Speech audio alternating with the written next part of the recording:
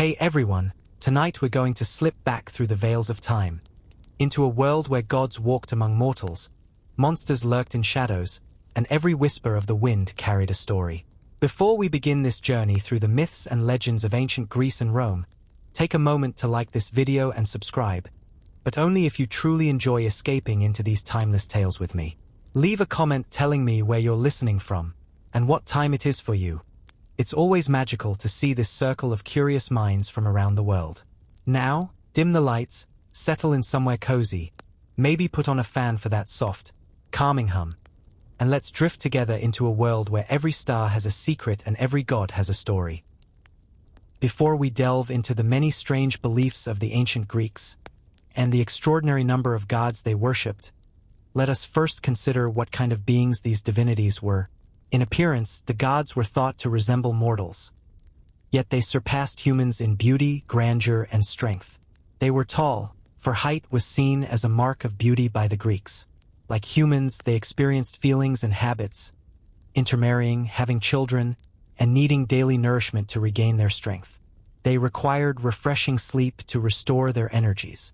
Their blood, a bright ethereal fluid called ichor, never caused disease, and when shed, it had the power to create new life.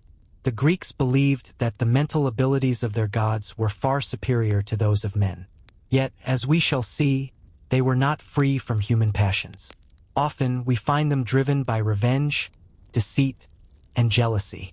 They always punished wrongdoers, bringing dire calamities upon any mortal who dared to neglect their worship or scorn their rites. The gods frequently visited mankind, partaking of their hospitality. Not infrequently, both gods and goddesses formed attachments with mortals, uniting with them, and their offspring were known as heroes or demigods, celebrated for their strength and courage. Despite the many similarities between gods and men, there remained one significant distinction: the gods enjoyed immortality. However, they were not invulnerable. We often hear tales of them being wounded, suffering exquisite pain that made them wish for the end of their immortality. The gods knew no limits of time or space, able to travel vast distances with the speed of thought. They could render themselves invisible at will, and assume the forms of men or animals as it suited them. They could transform humans into trees, stones, or animals, either as punishment for misdeeds or to protect them from danger. Their robes resembled those of mortals, but were perfect in form and woven from finer textures. Their weapons mirrored those of mankind, with spears, shields, helmets, and bows and arrows at their disposal. Each deity possessed a beautiful chariot, drawn by celestial horses or other divine creatures, allowing them to traverse land and sea with ease. Most of these divinities resided on the summit of Mount Olympus, each in their own individual home. They gathered together on festive occasions in the council chamber of the gods, where their banquets were filled with the sweet melodies of Apollo's lyre, accompanied by the beautiful voices of the muses. Magnificent temples were built in their honor, where they were worshipped with the utmost solemnity. Rich gifts were presented to them, and animals, sometimes even human beings, were sacrificed upon their altars. In the study of Grecian mythology, we encounter curious notions, some of which may seem unaccountable at first. We hear of terrible giants hurling rocks, upheaving mountains, and causing earthquakes that swallowed entire armies. These ideas can be explained by the natural convulsions that occurred in prehistoric times. The daily phenomena, which we now understand as the result of well-established laws of nature, were once a source of grave speculation and alarm for the early Greeks. For instance, the roar of thunder and the flash of lightning, accompanied by dark clouds and torrents of rain, made them believe that the great God of heaven was angry, and they trembled at his wrath. When the calm sea suddenly roared to life with towering waves crashing against the rocks, they thought the sea god was in a furious rage. As the sky glowed with the colors of dawn, they imagined the goddess of the dawn, with rosy fingers, drawing aside the dark veil of night, allowing her brother, the sun god, to begin his brilliant journey. By personifying the powers of nature, this imaginative and poetic nation saw divinity in every tree, every flowing stream, in the bright beams of the sun, and the silvery rays of the moon. For them, the universe was alive, filled with 1,000 forms of grace and beauty. The most significant of these divinities may have been more than mere creations of imagination. They could have been human beings who, through their extraordinary lives, distinguished themselves so greatly that, after death, they were deified by their people. Poets, touched by magic, embellished their stories, transforming ordinary lives into illustrious legends. It is likely that the actions of these deified beings were celebrated by bards, who traveled from one place to another, singing their praises. This makes it challenging, almost impossible, to separate fact from the embellishments that accompany oral traditions.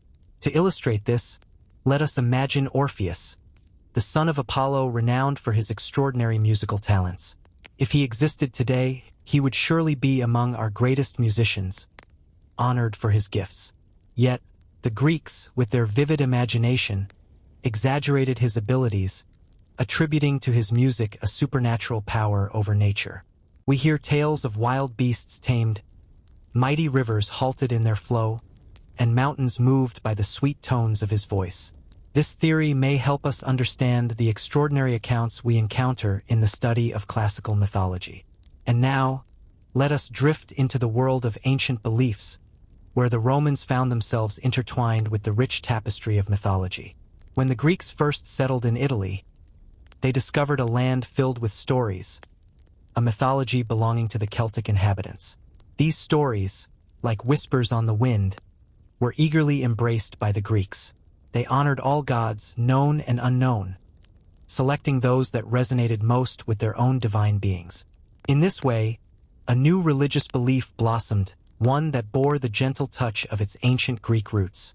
Yet, the Celts were a more primitive people, their mythology a bit more rugged and raw. The Romans, lacking the vivid imagination of their Greek neighbors, found their own mythology to be less fertile, less adorned with the fairy-like tales and poetic wonders that danced through Greek stories. In the beginning, there was chaos, a swirling mass of shapeless elements. From this confusion, the elements began to solidify, transforming into two distinct substances. The lighter parts soared upwards, forming the sky, a vast, protective vault above the solid earth below. Thus emerged the first great deities, Uranus and Gaia. Uranus, the refined deity, represented the light and air of the heavens. He embodied qualities of warmth, purity, and omnipresence. Gaia, the nurturing earth, was revered as the Great Mother, the life-giver. Her many titles reflected her nurturing nature, and she was honored in temples across Greece. Gaia was so revered that her name was invoked in solemn oaths and heartfelt pleas to the gods. Uranus, the sky, united with Gaia, the earth, a truly poetic and logical union. For in a figurative sense, this bond exists. The smiles of heaven bring forth the flowers of earth, while the frowns of Uranus cast a shadow over Gaia, causing her to wear a cloak of melancholy. Their firstborn child was Oceanus, the vast ocean stream encircling the earth. This connection was not just fanciful, but a reflection of nature itself. The ocean is born from the rains of heaven and the streams of earth. By making Oceanus the offspring of Uranus and Gaia, the ancients expressed the unity of heaven and earth, while their poetic imaginations saw divinity in every natural force. But Uranus, the embodiment of light and life, had other children, beings of a more ethereal nature. Closest to him was Ether, a bright creation representing the rarefied atmosphere of the immortals. Next came air, the air surrounding Gaia, the atmosphere that nourishes mortals. Between them floated the Nephili, restless sisters in the form of clouds, drifting between ether and air. Gaia also gave rise to the mountains and the sea, uniting with the sea to bear the deities of the ocean, Nereus, Thaumas, Phorcys, Ceto, and Eurybia. Alongside Uranus and Gaia, two mighty powers emerged from chaos, Erebus, the embodiment of darkness, and Nyx, the night. They formed a striking contrast to the cheerful light of heaven and the warm embrace of earth. Erebus ruled the mysterious realm below, a place untouched by sunlight or life. Nyx, his sister, was honored with solemnity, a figure of the night. Uranus was also thought to have united with Nyx, as the god of light, their children being Eos, the dawn, and Hemera, the daylight. Nyx, too, was united with Erebus, creating a tapestry of divine connections. In addition to these beings, Uranus and Gaia birthed two distinct races, the Giants and the Titans. The Giants represented brute strength, while the Titans combined physical power with intellect. Among the Giants were Briareus, Cottus, and Gyges, known as the Centimanes, the hundred-handed ones. These mighty beings could shake the universe, embodying the active forces beneath the earth. The Titans were 12 in number, each with their own name and essence: Oceanus, Ceos, Creos, Hyperion, Iapetus, Cronus, Thea, Rhea, Themis, Mnemosyne, Phoebe, and Tethys, each a thread in the rich fabric of mythology. Now, Uranus, the gentle light of the heavens, the essence of all that is bright and pleasing, held a deep aversion for his crude, rough, and turbulent offspring, the Giants. He feared their great power might one day bring harm to him. So, in a moment of desperation, he hurled them into Tartarus, that dark, subterranean dungeon of the gods. In response to the oppression of her children, Gaia conspired with the Titans against Uranus. Her son, Cronus, took action, wounding his father. From the blood that fell upon the earth, a new race of monstrous beings, also called giants, sprang forth. With the help of his brother Titans, Cronus succeeded in dethroning Uranus. Enraged by his defeat, Uranus cursed his rebellious son, foretelling a similar fate for him. Now, Cronus held supreme power and assigned his brothers important roles, subordinate only to himself. But as time passed, feeling secure in his position, he betrayed those who had once aided him. He waged war against his brothers and faithful allies, and with the help of the giants, he defeated them, sending those who resisted into the depths of Tartarus. Cronus, the god of time, eternal and unyielding, married Rhea, the daughter of Uranus and Gaia. Together, they had 3 sons, Hades, Poseidon, and Zeus, and 3 daughters, Hestia, Demeter, and Hera. Yet Cronus, burdened by a heavy conscience, feared that his children might rise against him, fulfilling his father's prophecy. To prevent this, he swallowed each child as soon as they were born, causing great sorrow and indignation for Rhea. When it came to Zeus, the 6th and final child, Rhea resolved to save him. She sought counsel from her parents, Uranus and Gaia. Following their advice, she wrapped a stone in baby clothes. Eagerly, Cronus swallowed it, unaware of the deception. The child, Zeus, was hidden away, destined to one day dethrone his father and become the revered god of the Greeks. To keep Zeus safe from Cronus, Rhea sent him to Crete, where he was nourished and protected. A sacred goat named Amalthea provided him with milk, while nymphs called Melissae fed him honey. Eagles and doves brought him nectar and ambrosia. Hidden in a cave on Mount Ida, the Curetes, priests of Rhea, created a constant noise by beating their shields together, drowning out the cries of the child and scaring away intruders. Under the watchful care of the nymphs, Zeus thrived, growing strong and wise. As he reached manhood, he resolved to compel his father to restore his siblings to the light of day. With the help of the goddess Métis, he tricked Cronus into drinking a potion that made him regurgitate the children he had swallowed. The stone that had masqueraded as Zeus was placed at Delphi, a sacred relic for all to see.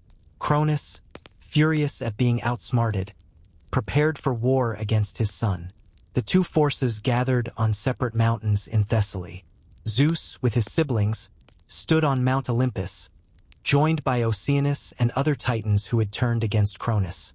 Meanwhile, Cronus and his loyal titans took their stand on Mount Othrys. The battle was long and fierce. As Zeus felt the weight of the struggle, he remembered the imprisoned giants. Knowing they could aid him, he hurried to free them. He also called upon the Cyclopes, who had only 1 eye each. They answered his call, bringing with them thunderbolts, while the Centimanes hurled them down upon the enemy, shaking the very earth beneath. With these powerful allies, Zeus launched a furious assault. Nature itself seemed to tremble with the might of the celestial deities. The sea surged, its waves crashing high, the earth quaked, and thunder rolled through the skies, while blinding flashes of lightning illuminated the chaos. As the battle raged on, the tides began to turn in favor of Zeus. Cronus and his army were defeated, his brothers sent to the gloomy depths below. Cronus himself was banished from his kingdom, stripped of his power, which now belonged to his son Zeus. This great conflict was known as the Titanomachia, a tale told by the ancient poets. With Cronus defeated, his reign as a ruling Greek deity came to an end. Though immortal, he was no longer influential or powerful. His place was now filled by Zeus, his descendant and successor. Cronus is often depicted as an old man, leaning on a scythe, an hourglass in his hand. The hourglass symbolizes the fleeting moments of time, while the scythe represents time itself, which mows down all that stands before it. The Romans, in their tradition of identifying their gods, saw Cronus as their agricultural deity, Saturn. After his defeat in the Titanomachia, they believed he took refuge with Janus, the king of Italy. There, he was welcomed with kindness, and together they ruled during a time of peace and prosperity, known as the Golden Age. Saturn is often shown with a sickle in one hand and a sheaf of wheat in the other. A temple was built for him at the foot of the Capitoline Hill. Within its walls rested the public treasury and the laws of the state. Rhea, known as Ops, was the wife of Cronus and the mother of Zeus, along with the other great gods of Olympus. She embodied the earth and was seen as the Great Mother, the endless source of all plant life. Rhea was believed to hold sway over all living creatures, especially the lion, the noble king of beasts. Often, she is depicted wearing a crown of towers, seated upon a grand throne, with lions gently resting at her feet. Sometimes, she is shown in a chariot, drawn by these majestic lions. Her worship was most vibrant in Crete, where her festivals burst forth with wild music. Flutes, cymbals, and drums filled the night air, accompanied by joyful shouts and dances, as feet stamped in rhythm, creating a lively celebration. This divine figure was brought to Crete by early colonists from Phrygia in Asia Minor. There, she was revered as Cybele. The people of Crete cherished her as the Great Mother, especially as the nurturer of the plant world. Yet, as winter approached each year, her beauty faded, her flowers wilted, and her trees stood bare. They poetically expressed this cycle as a tale of lost love. She was said to be deeply attached to a beautiful youth named Hades, but to her sorrow he proved unfaithful, planning to wed a nymph named Sagaris. In the midst of the wedding feast, Rhea's rage erupted, sending panic through the guests. Hades, overwhelmed, fled to the mountains, where he met a tragic end. Moved by grief, Cybele established a yearly mourning, where her priests, the Carabants, would march into the mountains, seeking the lost youth. When they found him, their joy burst forth in ecstatic dances and wild gestures, as they celebrated with shouts, wounding themselves in a frenzy of emotion. In Rome, the Greek Rhea became known as Ops, the goddess of plenty and the wife of Saturn. She held many names: Magna Mater, Mater Deorum, Berecynthia Idea, and Dindymene. The last name came from 3 high mountains in Phrygia, from where she was brought to Rome during the Second Punic War, in accordance with the Sibylline books. She was often portrayed as a matron, crowned with towers, seated in a chariot drawn by lions. Now let us return to Zeus and his brothers, who, after their victory over their foes, pondered how to divide the world they had conquered. It was decided by lot that Zeus would reign supreme in heaven, while Hades governed the lower world, and Poseidon ruled the sea. Yet Zeus's supremacy was acknowledged in all 3 realms: heaven, earth, and under the earth. Zeus held court atop Mount Olympus, its summit lost in the clouds.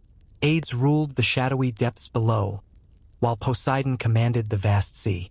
Each realm was shrouded in mystery, Olympus cloaked in mist, Hades wrapped in darkness, and the sea, a source of wonder and intrigue. Thus, what others saw as mere phenomena became the foundation for the rich tapestry of their mythology. With the world divided, one would think all would be well, but trouble arose unexpectedly. The giants, monstrous beings born from the earth and the blood of Uranus, declared war against the deities of Olympus.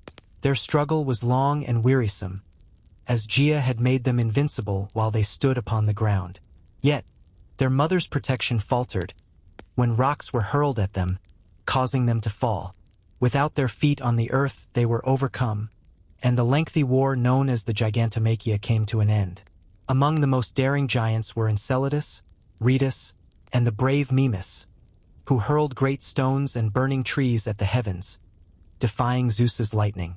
One of the most fearsome foes was Typhon, the youngest son of Tartarus and Gaia. He had 100 heads, with eyes that struck terror, and voices that instilled dread. Typhon sought to conquer both gods and men, but his plans were thwarted by Zeus. After a fierce battle, Zeus unleashed a thunderbolt, defeating the monstrous Typhon.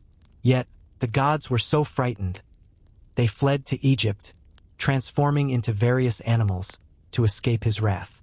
As there were many theories about the origin of the world, so too were there various accounts of how man was created. The Greeks believed that man sprang from the earth, just as tender plants and flowers push through the soil after winter's frost has melted away. They thought man emerged from the earth like wild plants, untamed and free. He lived in nature's embrace, finding shelter in rocky crevices and beneath the protective boughs of dense forests. In time, these primitive beings were tamed by gods and heroes who taught them to work with metals, to build homes, and to create the arts of civilization. Yet, as time passed, humanity grew degenerate, prompting the gods to decide to cleanse the world with a flood. Only Deucalion, son of Prometheus, and his wife Pyrrha were spared, due to their piety, becoming the sole survivors of mankind. By the command of his father, Deucalion built a ship. In this vessel, he and his wife sought refuge during the great deluge that lasted for 9 long days. When the waters finally receded, the ship found rest upon Mount Othrys in Thessaly, or, as some say, on Mount Parnassus. Deucalion and his wife turned to the oracle of Themis, seeking guidance on how to restore the human race. The oracle's answer was cryptic: to cover their heads and throw the bones of their mother behind them. For a time they were perplexed by this command, but eventually they agreed that the bones of their mother meant the stones of the earth. So, they gathered stones from the mountainside and cast them over their shoulders. From the stones thrown by Deucalion, men sprang forth, and from those cast by Pyrrha, women emerged. As time passed, the theory of autochthony faded away. In the beginning, there were no religious teachers, but eventually temples rose in honor of the gods. Priests were appointed to offer sacrifices and conduct their worship. These priests became the authorities in all matters of faith, teaching that man was created by the gods, and that there were several ages of men: the golden, silver, brazen, and iron ages. Life in the golden age was a blissful existence, filled with endless pleasures, unmarred by sorrow or care. The favored mortals of this time lived pure and joyous lives, thinking no evil and doing no wrong. The earth yielded fruits and flowers, without toil or labor, in abundant beauty. War was unknown, and this divine existence lasted for centuries. When their time came, death touched them gently. They passed away painlessly, like a happy dream, continuing as ministering spirits in Hades, watching over those they had loved and left behind. The men of the Silver Age grew slowly, their childhood lasting 100 years, filled with ill health and weakness. When they finally became men, their lives were short. They could not refrain from mutual harm, nor pay the respect due to the gods, and so they were banished to Hades. Unlike the Golden Age spirits, they wandered restlessly, always sighing for the lost joys of life. The men of the Brazen Age were a different breed, strong and powerful unlike the weak Silver Age. Everything around them was of brass. their arms, their tools, their homes. Their hearts and minds mirrored the hardness of their metal, filled with cruelty and strife. They brought war into a world that had known only peace, finding happiness only in fighting and quarreling. The goddess of justice, Themis, grew weary of their wickedness and abandoned the earth, returning to the heavens. Eventually, the gods, tired of their evil deeds, removed them from the earth, sending them down to Hades to share the fate of those before them. Now we come to the men of the Iron Age. The earth, no longer bountiful, yielded only with toil. With the goddess of justice gone, wickedness thrived. This darkness deepened over time, until Zeus, in his anger, unleashed the waters above, drowning every soul of this evil race, except for Deucalion and Pyrrha. Hesiod, the oldest of Greek poets, shared a different tale. He spoke of Prometheus, the Titan, son of Iapetus, who formed man from clay, and Athene breathed a soul into him. Filled with love for his creations, Prometheus sought to uplift them, teaching them astronomy, mathematics, and healing arts. He created them in such numbers that the gods felt the need for fixed laws regarding sacrifices and worship. So, an assembly was convened at Mycone to settle these matters. Prometheus, as the advocate for mankind, was to slay an ox, dividing it into 2 equal parts. The gods would choose one portion, to be set apart for them in future sacrifices. Prometheus cleverly divided the ox, hiding the bones, the least valuable part, beneath the fat, while covering the edible parts with the skin. Zeus, feigning ignorance, chose the heap of bones, but he saw through the ruse, and his anger at Prometheus's deception grew. In retaliation, he withheld the gift of fire from mortals. Yet Prometheus, undeterred, resolved to defy Zeus, stealing sparks from the sun's chariot, concealing them in a hollow tube. Furious at being outsmarted again, Zeus sought revenge, first on mankind, then on Prometheus. He commanded Hephaestus to mold a beautiful woman from clay, determined that through her, trouble and misery would enter the world. The gods were so enchanted by the graceful and artistic creation of Hephaestus that they decided to bestow upon her a special gift. Hermes, the swift messenger, gifted her a smooth, persuasive tongue. Aphrodite, the goddess of love, granted her beauty and the art of pleasing. The Graces made her utterly fascinating, and Athene, the wise goddess, endowed her with all feminine accomplishments. She was named Pandora, meaning all gifted, for she possessed every attribute to make her charming and irresistible. So beautifully formed and adorned, this exquisite creature was dressed by the Graces and crowned with flowers by the seasons. Hermes led her to the home of Epimetheus. Now, Epimetheus had been warned by his brother not to accept any gifts from the gods. But the moment he laid eyes on this beautiful being, he was captivated. He welcomed her into his home and made her his wife. Yet it wasn't long before he would regret his choice. In his possession was a jar of rare craftsmanship, containing all the blessings the gods had reserved for mankind. He had been strictly forbidden to open it. But Pandora's curiosity, as is often the case, could not resist such temptation. Determined to uncover the mystery, she watched for her chance, and when the moment arrived, she lifted the lid. In an instant, all the blessings flew away, escaping into the world. But not all was lost.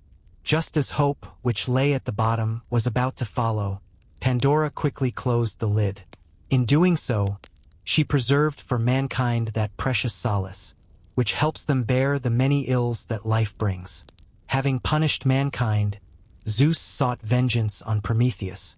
He chained him to a rock on Mount Caucasus and sent an eagle each day to gnaw at his liver, which would grow back every night, ready for fresh torment. For 30 long years, Prometheus endured this dreadful punishment. But eventually Zeus relented and allowed his son Heracles to slay the eagle, freeing the sufferer at last. Zeus, the great presiding deity of the universe, ruler of heaven and earth, was revered by the Greeks. He was seen as the god of all aerial phenomena, the embodiment of the laws of nature, the lord of state life, and the father of gods and men. As the god of the skies, he could shake his aegis, creating storms, tempests, and deep darkness. With his command, thunder rolled, lightning flashed, and the clouds opened to pour forth their life-giving rain. As the personification of nature's workings, he represented the grand laws of harmony and order, governing both the physical and moral worlds. He was the god of regulated time, marked by the seasons and the steady cycle of day and night. As the lord of state life, he founded kingly power, upholding all institutions connected to the state. He was a special friend and protector of princes, guiding them with his wisdom and counsel. He watched over the assembly of the people, caring for the welfare of the entire community. As the father of the gods, Zeus ensured each deity fulfilled their duties, punishing misdeeds and settling disputes. He acted as their all-knowing counselor and mighty friend. As the father of men, he took a tender interest in mortals, watching over them with care. He rewarded truth, charity, and goodness, while punishing cruelty and deceit. Even the poorest wanderer found in him a powerful advocate, for he ordained that the mighty should help the needy. The Greeks believed that Zeus resided atop Mount Olympus, a high and lofty mountain, shrouded in clouds and mist, hidden from mortal eyes. This mysterious realm, unreachable even by birds, extended beyond the clouds into ether, the domain of the immortal gods. Poets described this ethereal atmosphere as bright and refreshing, exerting a gladdening influence on those privileged to share its delights. Here youth never ages, and the passing years leave no trace on its favored inhabitants. On the cloud-capped summit of Olympus stood the palace of Zeus and Hera, crafted of burnished gold, chased silver, and gleaming ivory. Lower down were the homes of other gods. Though smaller, they shared the same divine design, all created by the masterful hands of Hephaestus. Below these were palaces of silver, ebony, and brass, where the heroes or demigods made their homes. As Zeus was a central figure in Greek worship, his statues were numerous and magnificent. He was depicted as a noble and imposing figure, his countenance reflecting the majestic power of the universe, combined with the gentle kindness of a father and friend. With a rich, flowing beard and thick locks of hair, his noble forehead rose high, framing a large, finely formed nose. His slightly opened lips conveyed a sympathetic warmth, inviting trust. Always accompanied by an eagle, either perched at his feet or atop his scepter, he held a sheaf of thunderbolts in one hand and lightning in the other. His head was often crowned with a wreath of oak leaves. The most celebrated statue of the Olympian Zeus was crafted by the renowned Athenian sculptor, Phidias.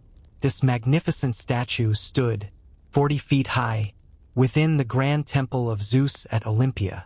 It was formed of ivory and gold, a true masterpiece of art, and was counted among the 7 wonders of the world.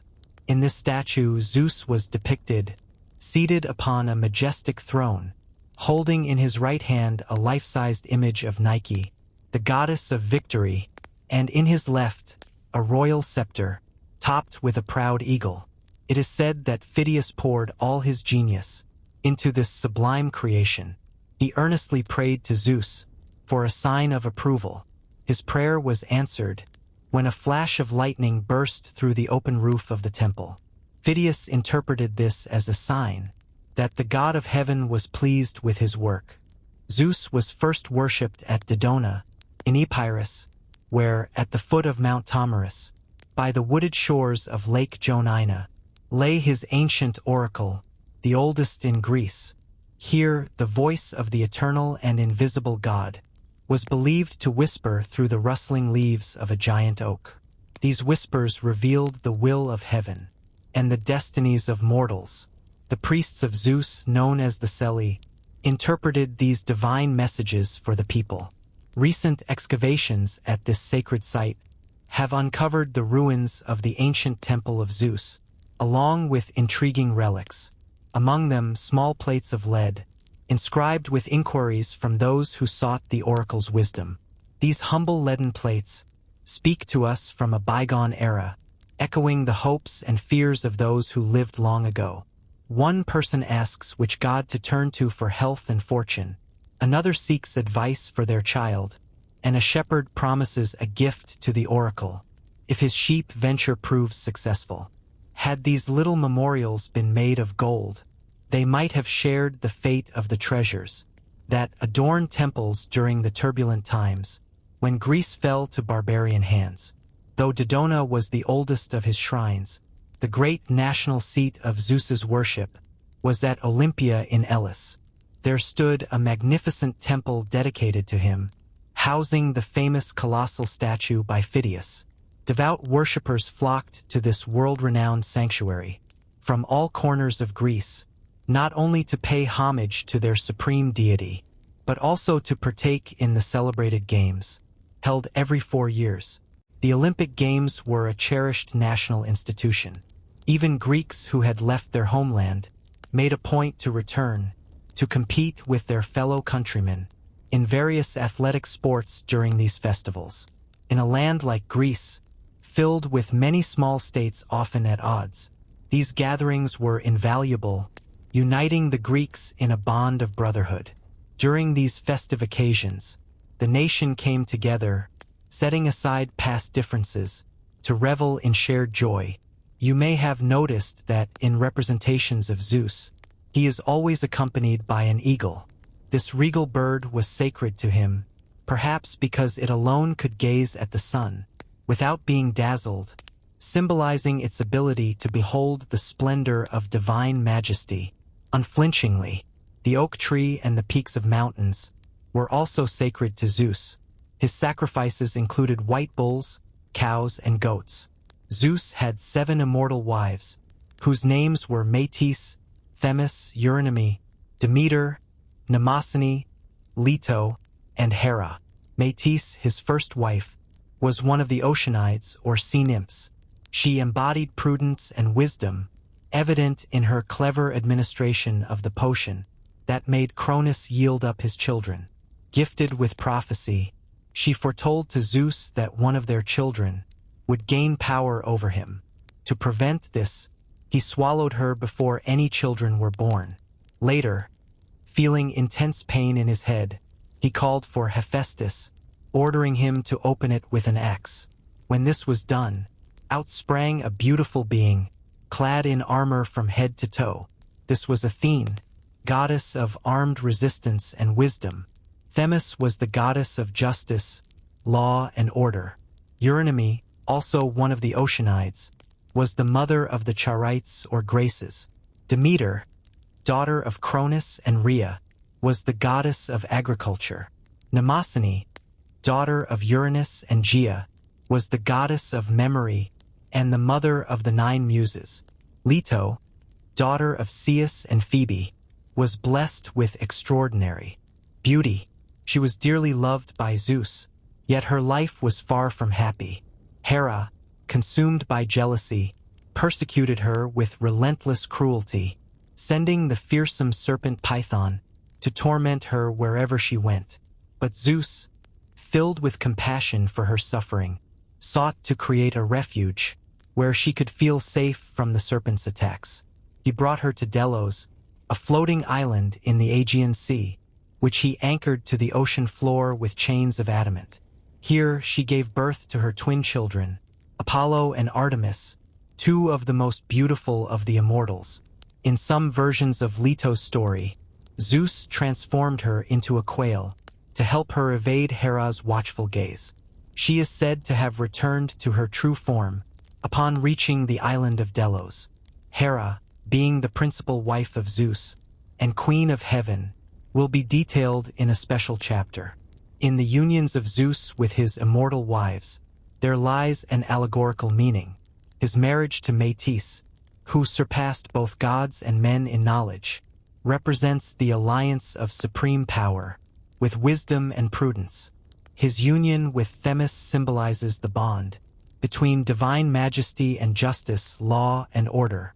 Eurynomé, as the mother of the Graces, brought the influences of grace and beauty, while his marriage to Mnemosyne represents the union of genius with memory. In addition to the 7 immortal wives of Zeus, he also formed bonds with mortal maidens. He visited them in various disguises, for it was believed that if he revealed his true form as the king of heaven, the brilliance of his glory would bring instant destruction to mortals. The mortal consorts of Zeus have inspired poets, painters, and sculptors for ages, and it's important to share their stories. Among the best known are Antiope, Leda, Europa, Callisto, Alcmene, Semele, Io, and Danae. Antiope, to whom Zeus appeared as a satyr, was the daughter of Nyctius, king of Thebes. To escape her father's wrath, she fled to Sicyon. There, King Hippopius, captivated by her beauty, made her his wife without seeking her father's consent. This infuriated Nyctius, who declared war on Hippopius to reclaim Antiope. Before he could succeed, Nyctius passed away, leaving his kingdom to his brother Lycus. He commanded Lycus to continue the war and seek vengeance. Lycus invaded Sicyon, defeated Hippopius, and brought Antiope back as a prisoner. On the journey to Thebes, she gave birth to twin sons, Amphion and Zethus. By Lycus's orders, the infants were exposed on Mount Cithaeron, destined to perish, but a kind shepherd found them and saved their lives. For many years, Antiope remained captive to her uncle Lycus, enduring cruelty from his wife, Dirce. One day, her bonds were miraculously loosened, and she sought refuge in the humble home of her sons on Mount Cithaeron. During her captivity, the boys had grown into strong youths. As they listened to their mother's tale of suffering, their hearts burned with a desire for revenge. They set off for Thebes, where they took control of the town. After slaying the cruel Lycus, they bound Dirce by her hair to the horns of a wild bull, which dragged her until her life faded away. Her broken body was cast into a fountain near Thebes, which still bears her name. Amphion then became king of Thebes in his uncle's place. He was a friend of the Muses, devoted to music and poetry. His brother, Zethus, was known for his archery skills and love of the hunt.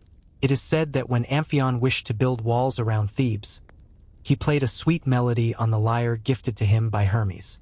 The great stones began to move, fitting together as if enchanted. The punishment of Dirce by Amphion and Zethus inspired the famous marble group known as the Farnese Bull, housed in the museum at Naples. In sculpture, Amphion is often depicted with a lyre, while Zethus is shown with a club.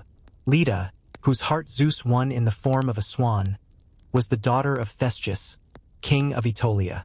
Her twin sons, Castor and Pollux, were celebrated for their deep bond. Castor was the finest charioteer, while Pollux was the greatest boxer. Their names are remembered among the hunters of the Caledonian boar and the heroes of the Argonauts. The brothers fell in love with the daughters of Leucippus, who had promised them to Idas and Lynceus, sons of Aphareus. Persuading Leucippus to break his promise, the twins took the maidens as brides. Idas and Lynceus, furious, challenged the Dioscuri to a duel. In this battle, Castor fell to Idas, while Pollux defeated Lynceus. Zeus wished to grant Pollux immortality, but he refused unless he could share it with Castor. Zeus agreed, and the devoted brothers were allowed to live, but only on alternate days. The Dioscuri received divine honors throughout Greece, worshipped with special reverence at Sparta. Europa was the beautiful daughter of Agenor, king of Phoenicia. One day, while gathering flowers with her friends near the sea, Zeus, enchanted by her beauty, transformed into a gentle white bull. He approached her quietly, not wanting to frighten her. Captivated by the creature's grace, Europa caressed the bull and crowned it with flowers. Playfully, she climbed onto its back. In an instant, the disguised god leaped away, carrying her across the sea to the island of Crete. Europa became the mother of Minos, Aeacus, and Rhadamanthus. Minos, who later became king of Crete, was known for his justice and fairness. After his death, he was appointed one of the judges of the underworld, alongside his brothers. Callisto, daughter of Lycaon, king of Arcadia, was a huntress in Artemis's company, devoted to the chase and sworn never to marry. Yet, Zeus, disguised as the huntress goddess, won her heart. Consumed by jealousy, Hera transformed Callisto into a bear and tricked Artemis into hunting her down. After Callisto's tragic end, Zeus placed her among the stars as a constellation, known as Arctos or the Bear. Alcmene, daughter of Electrion, king of Mycenae, was betrothed to her cousin Amphitryon. But during his absence on a dangerous quest, Zeus took on his form and won her love. Heracles, whose legendary feats will be told in time, was the son of Alcmene and Zeus. Semele, a beautiful princess, the cherished daughter of Cadmus, king of Phoenicia, was deeply loved by Zeus, but like the unfortunate Callisto, she drew the envy of Hera, the haughty queen of heaven. Hera, consumed by jealousy, sought to bring about Semele's destruction. Disguising herself as Beroe, Semele's faithful old nurse, Hera cunningly persuaded her to insist that Zeus visit her in all his power and glory. Hera knew this would lead to Semele's demise. Unaware of the treachery, Semele followed her nurse's advice. When Zeus next came to her, she earnestly pleaded, asking him to grant her a wish. Zeus swore by the Styx, an irrevocable oath, to fulfill whatever she desired.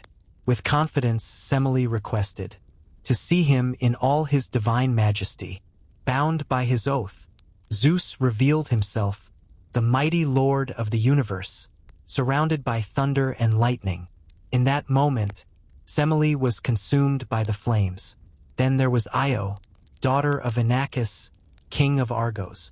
A beautiful priestess of Hera, she captured Zeus's heart.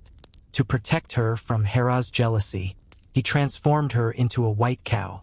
But Hera, not to be fooled, took the cow from Zeus, placing her under the watchful eye of Argus Panoptes, who had 100 eyes, always alert, never closing more than 2 at a time. Hera found Argus useful, keeping a vigilant guard over Io. Yet by Zeus's command, Hermes came to her aid.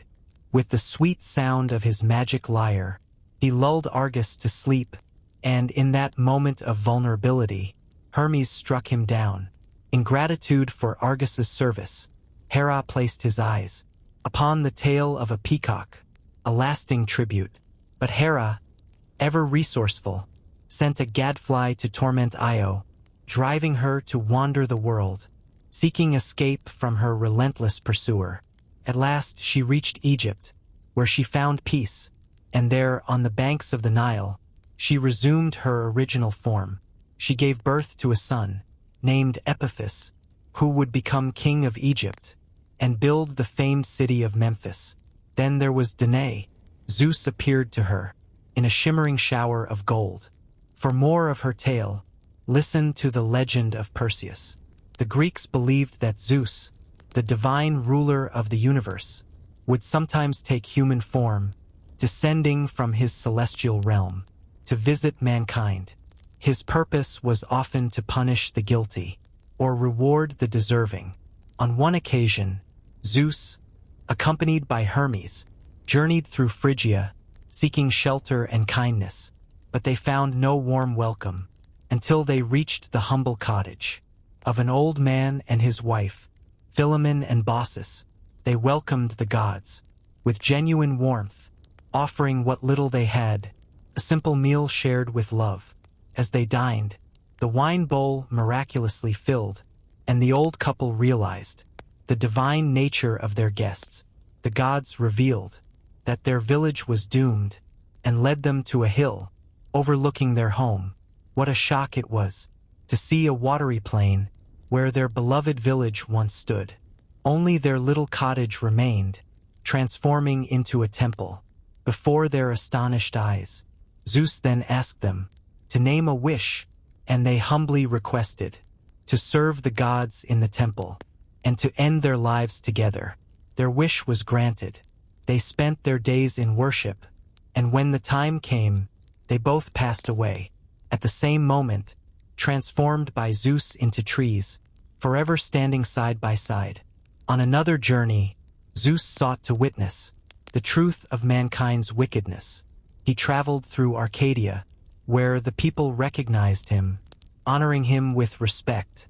But Lycaon, their king, known for his impiety, doubted Zeus's divinity. He mocked his people and plotted to murder the god.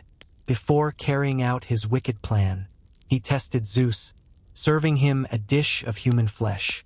But Zeus, horrified, upset the table, turning Lycaon into a wolf and striking down his 50 sons with a bolt of lightning, except for Nyctimus, who was saved by Gaia.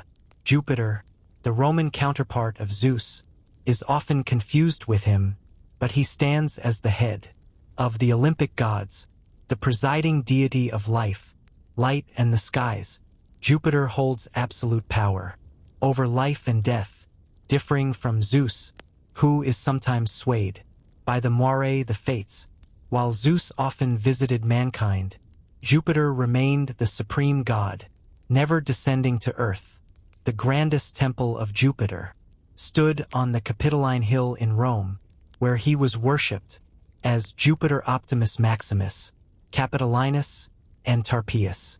The Romans depicted him seated on an ivory throne, holding thunderbolts in his right hand and a scepter in his left, with an eagle standing proudly beside his throne. Hera, the eldest daughter of Cronus and Rhea, was born on the island of Samos, or in some tales at Argos. She was nurtured by the sea divinities Oceanus and Tethys, who embodied unwavering loyalty and love. As the principal wife of Zeus, she held the title of Queen of Heaven, sharing in the honors bestowed upon him. Yet her realm only extended over the air, the gentle, lower aerial regions. Hera represents the essence of matronly virtue, a protector of purity and married women. Her fidelity as a wife was unmatched, making her the guardian of the sacred marriage bond. She held a deep disdain for any betrayal of this commitment. This strong aversion to immorality often led her to become jealous, harsh, and vindictive. Her beauty, combined with her exalted position as the wife of the supreme deity, filled her with a certain vanity. She fiercely resented any slight against her, or any infringement on her rights as queen. One tale illustrates her readiness to respond to any perceived insult. At the wedding of the sea nymph Thetis and the mortal Peleus, all the gods and goddesses were invited, except for Eris, the goddess of discord. Angered by her exclusion, Eris tossed a golden apple into the gathering, inscribed with the words, "For the fairest." All the goddesses, each radiantly beautiful, claimed the apple. Eventually, the contenders were narrowed down to 3, Hera, Athene, and Aphrodite. They decided to seek the judgment of Paris, a young shepherd known for his wisdom. Paris, son of Priam, king of Troy, was unaware of his noble lineage, tending to his flocks on Mount Ida in Phrygia. Hermes, the messenger of the gods, guided the 3 rival beauties to Paris, where they awaited his decision with bated breath. Each goddess offered him tempting gifts. Hera promised vast kingdoms. Athene offered martial fame and glory, while Aphrodite promised the loveliest woman in the world. In the end, Paris awarded the golden apple to Aphrodite, declaring her the fairest. Hera, expecting to be chosen, was filled with indignation. She never forgave Paris, and her wrath extended to the family of Priam, whose suffering during the Trojan War was attributed to her influence. This animosity often caused strife between her and Zeus, who supported the Trojans. Among the many stories of their quarrels, one involves Heracles, Zeus's favored son. Hera, in her anger, stirred a storm at sea to thwart him. Zeus, furious, hung her in the clouds with a golden chain, attaching heavy anvils to her feet. Her son Hephaestus tried to free her, but was cast from heaven by Zeus, breaking his leg in the fall. Deeply offended, Hera decided to separate from Zeus forever, retreating to Euboea. Grieved by her departure, Zeus sought to win her back. He consulted Cithaeron, king of Plataea, known for his wisdom. Cytheron advised him to create a bridal image and present it as his future wife. The ruse worked. Hera, incensed by the thought of a rival, rushed to confront the procession, seizing the supposed bride and tearing away her wedding attire. Upon discovering the deception, her joy was immense. She reconciled with Zeus and joyfully returned to Olympus. Hera was the mother of Ares, the god of war, Hephaestus, the god of fire, Hebe, the goddess of youth, and Eileithyia, who presided over childbirth. She held a deep love for Greece, always watching over her beloved cities, Argos, Samos, Sparta, and Mycenae. Her principal temples were located at Argos and Samos. From ancient times, she was revered at Olympia, where her temple, older than Zeus's, stood in the sacred grove. Recent excavations have revealed remnants of this ancient structure, showcasing beautiful statues crafted by renowned sculptors of Greece.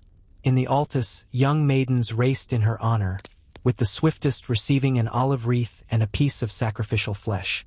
These races, known as Heri, were celebrated every 4 years. A beautiful robe, woven by women from the 16 cities of Elis, was offered to Hera, accompanied by choral songs and sacred dances. Hera is often depicted seated on a throne, holding a pomegranate in one hand and a scepter topped with a cuckoo in the other. She appears as a calm, dignified matron, radiating majestic beauty. Her broad forehead and large, open eyes reflect her wisdom, while her arms are dazzlingly white and finely shaped. The finest statue of Hera was crafted by Polycletus at Argos.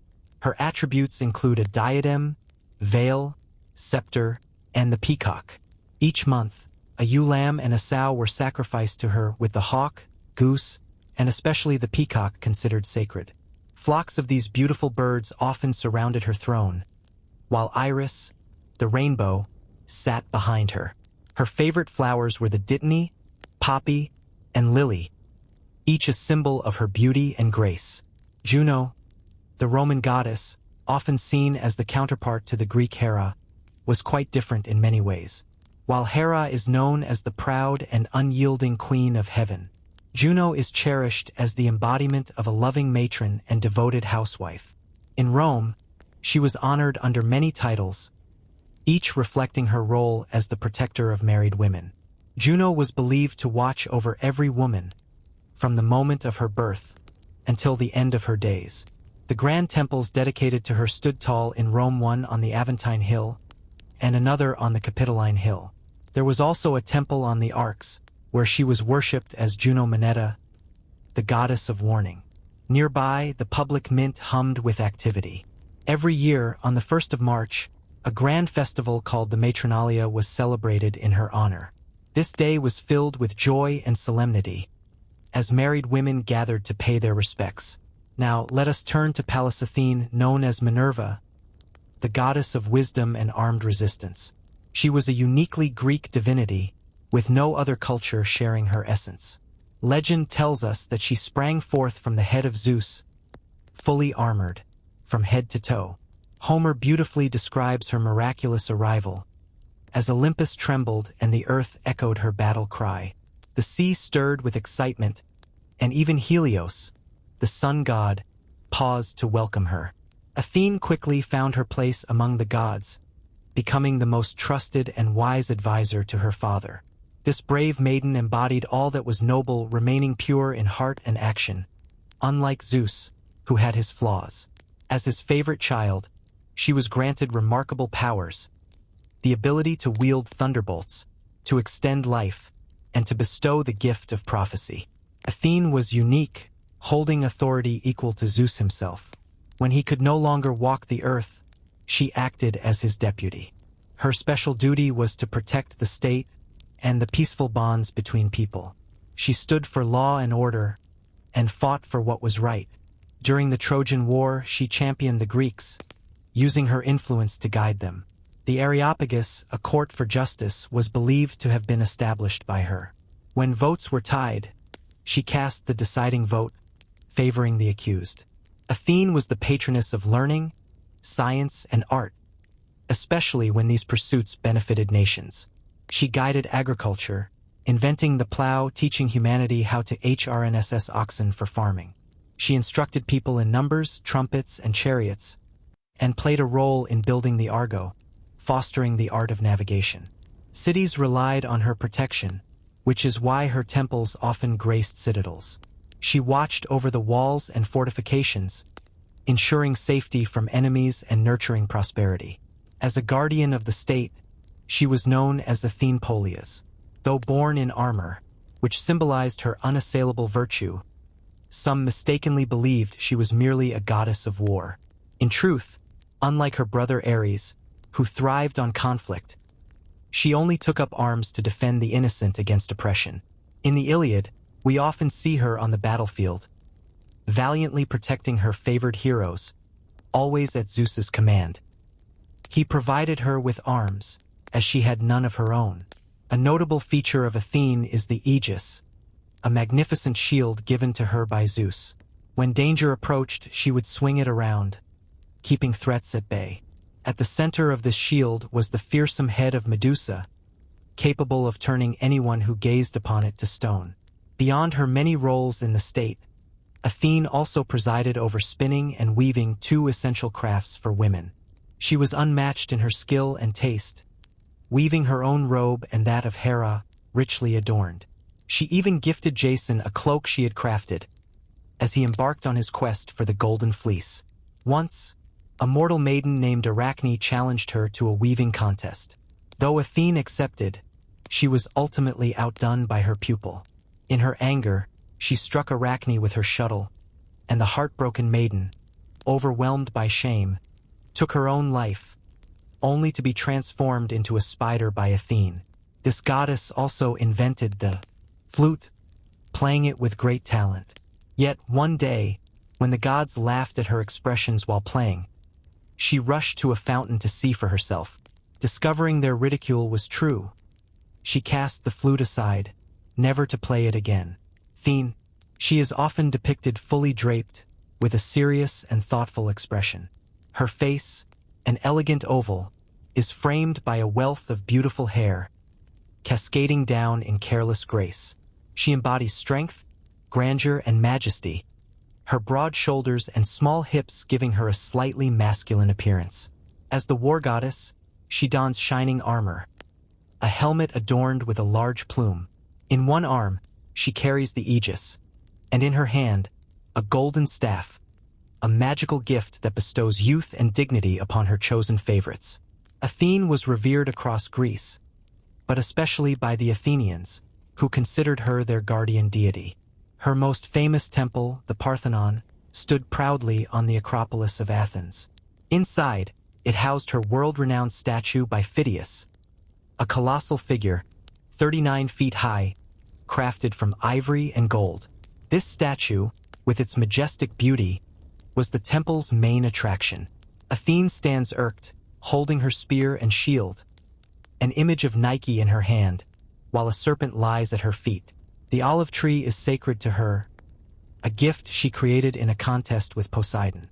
This olive tree, preserved in the temple of Erechtheus, is said to have such remarkable vitality that when the Persians burned it, it immediately sprouted new shoots. The grand festival in her honor is the Panathenea. Her sacred animals include the owl, the pee-pee, and the serpent, while rams, bulls, and cows were offered in sacrifice. Minerva. The Romans identified Minerva with the Greek Pallas Athene. Like her, she oversees learning and useful arts, and is the patroness of feminine skills like sewing, spinning, and weaving. Schools flourished under her care, and during her festivals, known as the Greater Quinquatria, schoolboys enjoyed holidays, bringing gifts to their teachers, called the Minerval. Notably, the only three deities worshipped in the capital were Jupiter, Juno, and Minerva. In their honor, the grand games known as Ludi Maximi were held. Themis, wife of Zeus, is the daughter of Cronus and Rhea, personifying divine laws of justice and order.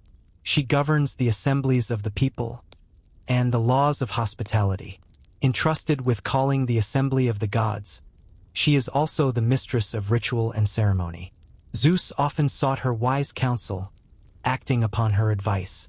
Themis is depicted in the full bloom of womanhood, her fair visage draped in a flowing garment that enhances her noble form. In her right hand, she holds the sword of justice, while in her left, the scales, symbolizing her impartiality. Her eyes are bandaged, ensuring that no individual's personality sways her verdict. Sometimes she is identified with Tyche, and at other times with Ananke. Themis takes the place of an older deity of the same name, a daughter of Uranus and Gaia. This elder Themis, gifted with prophecy, passed her powers to her younger counterpart. Hestia, daughter of Cronus and Rhea, is the goddess of fire in its most essential form for humanity. She is the presiding deity of the domestic hearth, the guardian spirit of home and family. Her pure and gentle influence protects the sanctity of domestic life. In ancient times, the hearth was the heart of the home, a sacred space where fire was cherished. If it went out, reigniting it was a difficult task. The hearth was central to every house, a few feet high, built of stone, where fire served to cook meals and consume family sacrifices. Gathered around this sacred altar, family members would unite, the head of the household taking the honored place nearest the fire. Here, prayers were offered, and loving feelings flourished, even extending to hunted strangers, who, upon touching this sacred altar, found safety and protection. Any crime within this sacred space was met with dire consequences. Vesta. In Grecian cities, there existed a common hall called the Prytaneum, where government members shared meals, prepared by the sacred fire of Hestia. Emigrants would carry a portion of this fire with them, a cherished link to their homeland. Hestia is often depicted standing, fully draped, her serene expression reflecting her dignity and sanctity. Vesta holds a prominent place among the early Roman deities. Her temple in Rome, the heart of the nation, stood beside the palace of Numa Pompilius. On her altar, the eternal fire burned, tended by the Vestal Virgins. The Temple of Vesta, circular in form, housed the sacred Palladium of Troy. The grand festival honoring Vesta, known as the Vestalia, was celebrated on the 9th of June. Demeter, the gentle goddess of the earth, was born of Cronus and Rhea. Her name, derived from Gometer, means Earth Mother. She embodies the earth's crust, the layer that nurtures all vegetation. As the goddess of agriculture, field fruits, and abundance, Demeter sustains material life. She holds a place of great importance in the hearts of many. In ancient times, when Gaia, the great earth, lost her reign alongside Uranus, she passed her powers to her daughter, Rhea. Rhea then became the new guardian of the earth's bounty, receiving the honor and worship of humankind. In a timeless poem, Gaia is described as retreating to a cavern deep within the earth. There, she finds solace, resting in the embrace of her daughter, forever slumbering and softly miming. It's essential to understand the unique roles of the three great earth goddesses, Gaia, Rhea, and Demeter. Gaia represents the earth in its entirety, with its powerful subterranean forces. Rhea embodies the life-giving power that brings forth vegetation, sustaining both man and beast. Demeter, as the overseer of agriculture, channels Rhea's gifts, guiding the growth of crops. As time passed, Rhea's importance faded, and Demeter embraced her functions, becoming the goddess of the life-giving earth crust. In ancient times, humans did not know how to sow or till the land. When they depleted their surroundings, they wandered in search of new pastures, living a nomadic life. But Demeter changed all that. With her wisdom of agriculture, she ended the need for constant movement, paving the way for settled lives and the dawn of civilization.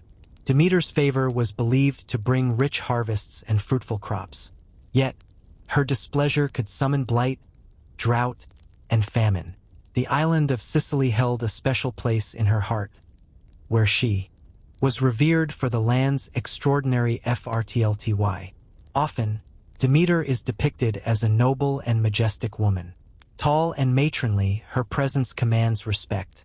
Her beautiful golden hair cascades in rippling curls over her shoulders, symbolizing the ripened ears of corn.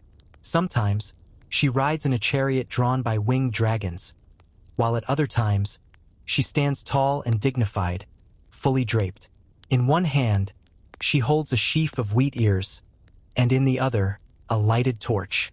Occasionally, the wheat ears are replaced by a bunch of poppies, adorning her brow, or she may simply wear a delicate ribbon in her hair. Demeter, the beloved wife of Zeus, became the devoted mother of Persephone. Their bond was so deep that Demeter found her happiness intertwined with her daughter's presence. One day, while Persephone wandered through a sunlit meadow, gathering flowers with the gentle ocean nymphs, she spotted a beautiful narcissus. Its stem held 100 blossoms, each more enchanting than the last. Drawn to its exquisite scent, she leaned down to gather it, unaware of the danger lurking nearby. Suddenly, the ground beneath her opened wide. A yawning abyss appeared, and from its depths emerged Hades, the grim ruler of the underworld. He sat in a dazzling chariot, drawn by 4 powerful black horses. Despite Persephone's tears and the frantic cries of her companions, Hades seized her, whisking her away to his dark realm, where shadows danced in melancholy grandeur. Only Helios, the all-seeing sun god, and Hecate, a mysterious and ancient divinity, heard her desperate cries for help, but they could do nothing to save her. When Demeter realized her precious daughter was gone, her heart shattered with grief. She felt lost, unsure of where to search for her child. Yet, knowing she could not rest, she set out on a weary journey, carrying 2 torches lit from the flames of Mount Etna to guide her way. For 9 long days and nights, she wandered, asking everyone she met for news of Persephone. But all her efforts were in vain. Neither gods nor mortals could ease the ache in her heart. On the 10th day, the sorrowful mother encountered Hecate, who revealed that she had heard Persephone's cries but did not know who had taken her. Following Hecate's advice, Demeter sought out Helios, whose all-seeing eye misses nothing.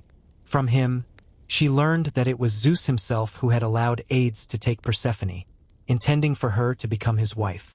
Filled with indignation towards Zeus and overwhelmed by sorrow, Demeter left her home in Olympus, refusing all heavenly nourishment. Disguised as an old woman, she descended to earth, beginning a weary pilgrimage among mortals. One evening, she arrived in Eleusis, a place in Attica, and sat beneath the shade of an olive tree, resting near a well. The youthful daughters of Celeus, the king, came to draw water. Seeing the weary traveler, they approached with kindness, asking who she was and where she had come from. Demeter replied that she had escaped from pirates and sought a home with a worthy family, willing to serve in any humble capacity. The princesses, eager to help, hurried home to consult their mother, Metanera. Soon, they returned with joyful news. Metanera wished to have her as a nurse for her infant son, Demophon. When Demeter arrived at their home, a radiant light enveloped her, filling Metanera with awe. She treated the stranger with great respect, offering food and drink. Yet, Demeter, still heavy with grief, declined the warm hospitality, keeping her distance from the social table. Eventually, the maidservant Iambe, with her playful jests and laughter, managed to lift Demeter's spirits, coaxing smiles from her sorrowful heart. She even persuaded her to partake of a mixture of barley meal, mint, and water, prepared according to the goddess's own guidance. As time passed, the young child thrived under the care of his nurturing nurse. Demeter, however, gave him no ordinary food. Each day, she anointed him with ambrosia, and every night, she secretly laid him in the fire, hoping to grant him immortality and freedom from old age. But one fateful night, Metanera's curiosity drove her to watch the mysterious woman who cared for her child. To her horror, she saw her son placed in the flames. With a shriek, she interrupted the sacred act.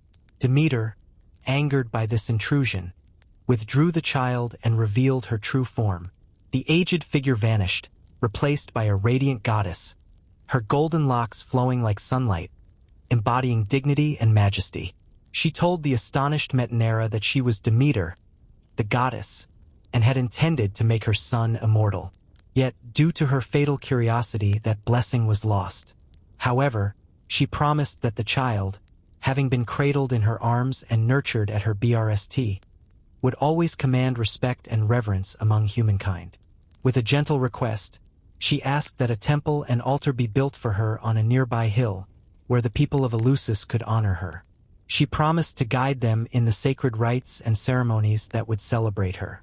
With those words, she departed, leaving behind a promise, never to return. Obedient to her commands, Celeus gathered his people, and built the temple on the spot the goddess had chosen. Soon it was completed, and Demeter took up her abode within its walls. Yet, her heart remained heavy for the loss of her daughter. The world felt the weight of her sorrow, and it was a terrible year for mankind. Demeter no longer smiled upon the earth she once blessed.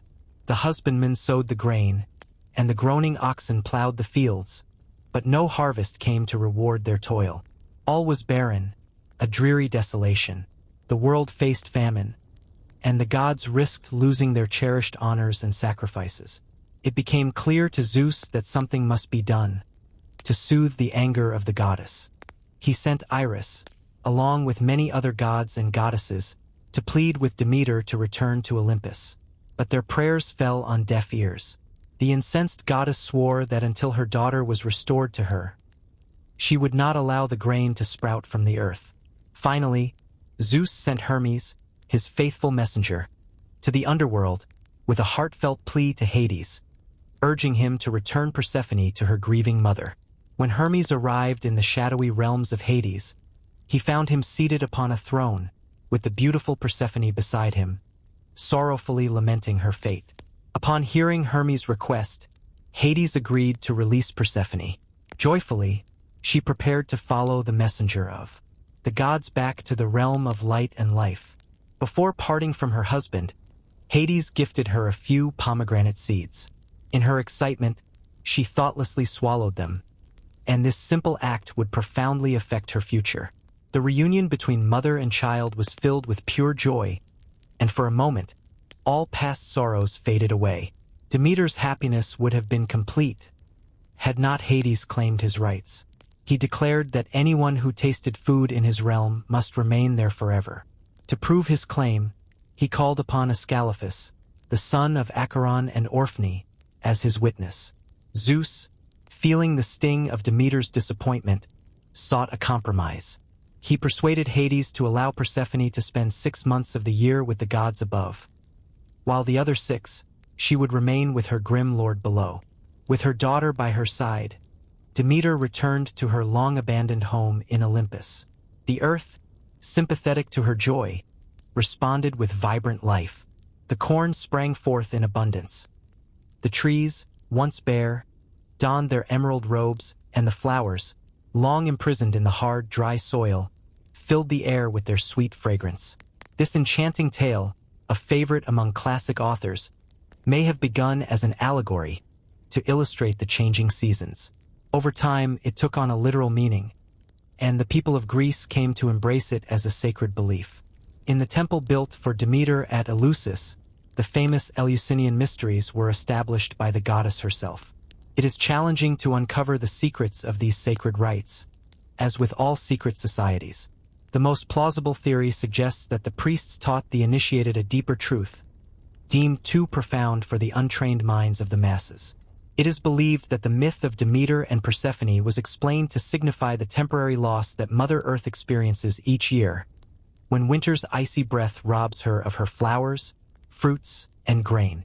In later times, a deeper meaning emerged from this beautiful myth, symbolizing the immortality of the soul. The grain, which lies dormant in the dark earth, only to rise again in a new and lovely form, mirrored the soul's journey, freeing itself from corruption to live anew. When Demeter established the Eleusinian mysteries, Celeus and his family were the first to be initiated. Celeus became the high priest, with his son Triptolemus and his daughters serving as priestesses. The mysteries were celebrated by the Athenians every 5 years, a privilege they held for a long time. Conducted by torchlight, these ceremonies were filled with solemnity.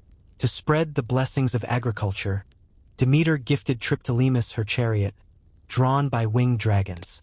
She gave him grains of corn, and instructed him to journey through the world, teaching mankind the arts of farming and husbandry. Demeter was known for her sternness towards those who displeased her.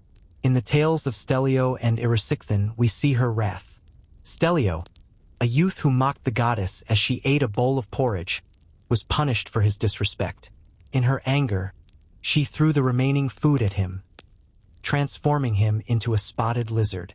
Erysichthon, son of Priapus, angered Demeter by cutting down her sacred groves. For this, she cursed him with an insatiable hunger. He sold all he owned to satisfy his cravings, and ultimately he was forced to consume his own limbs. His devoted daughter, Metra, possessed the power to transform into various animals. She used this ability to support her father, selling herself again and again, each time she took on a different form, as he endured a pitiful existence. The Roman Ceres is, in fact, the Greek Demeter under another name. Her attributes, worship, and festivals are identical. The Romans embraced her worship, brought by Greek colonists from Sicily. The Cerealia, or festivals in honor of Ceres, began on the 12th of April, lasting several days. Aphrodite, known as Venus, was born from the sea foam, the daughter of Zeus and a sea nymph named Dione. She was the goddess of love and beauty. Dione, a gentle sea nymph, welcomed her daughter into the world beneath the waves. But the child of Zeus, who dwelled in the heavens, had to rise from the ocean depths and ascend to the snow-capped peaks of Olympus.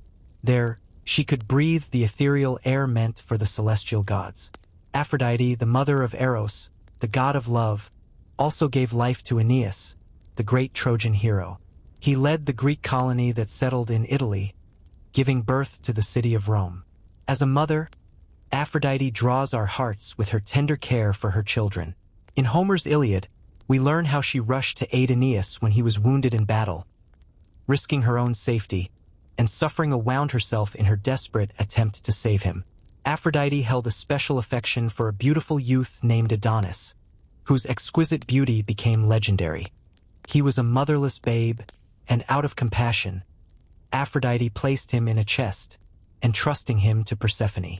Persephone grew so fond of Adonis that she refused to let him go. Zeus, called upon by the two mothers, decreed that Adonis would spend 4 months with Persephone, 4 months with Aphrodite, and the remaining 4 months free to wander. Yet, Adonis was so drawn to Aphrodite that he chose to spend his free time with her. Tragically, during a hunt, he was killed by a wild boar. Aphrodite mourned his loss so deeply that Hades, moved by her sorrow, allowed him to spend 6 months with her each year, while the other half he spent in the underworld. Aphrodite possessed a magical girdle, the famous cestus, a gift she often lent to maidens suffering from unrequited love.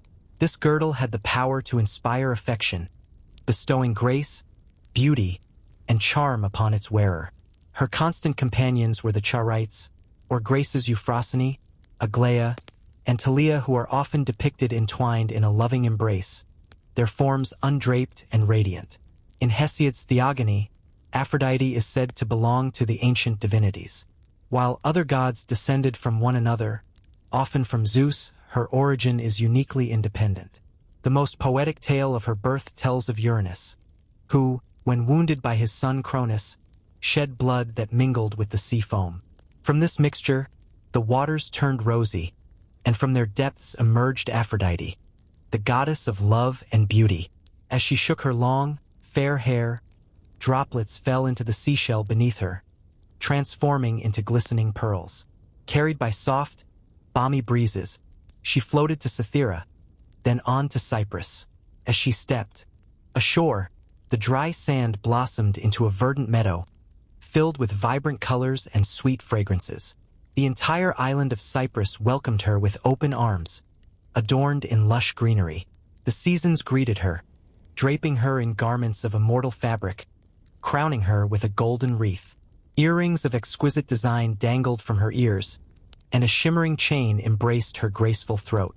Clad in her irresistible charms, the nymphs escorted her to the dazzling halls of Olympus, where the gods and goddesses received her with ecstatic admiration.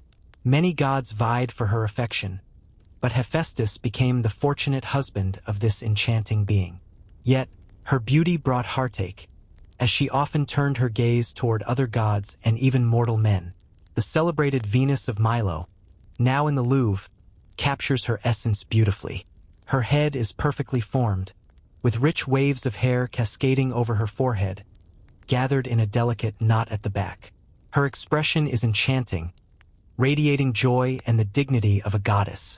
Drapery falls gracefully from her waist, embodying all that is lovely in womanhood.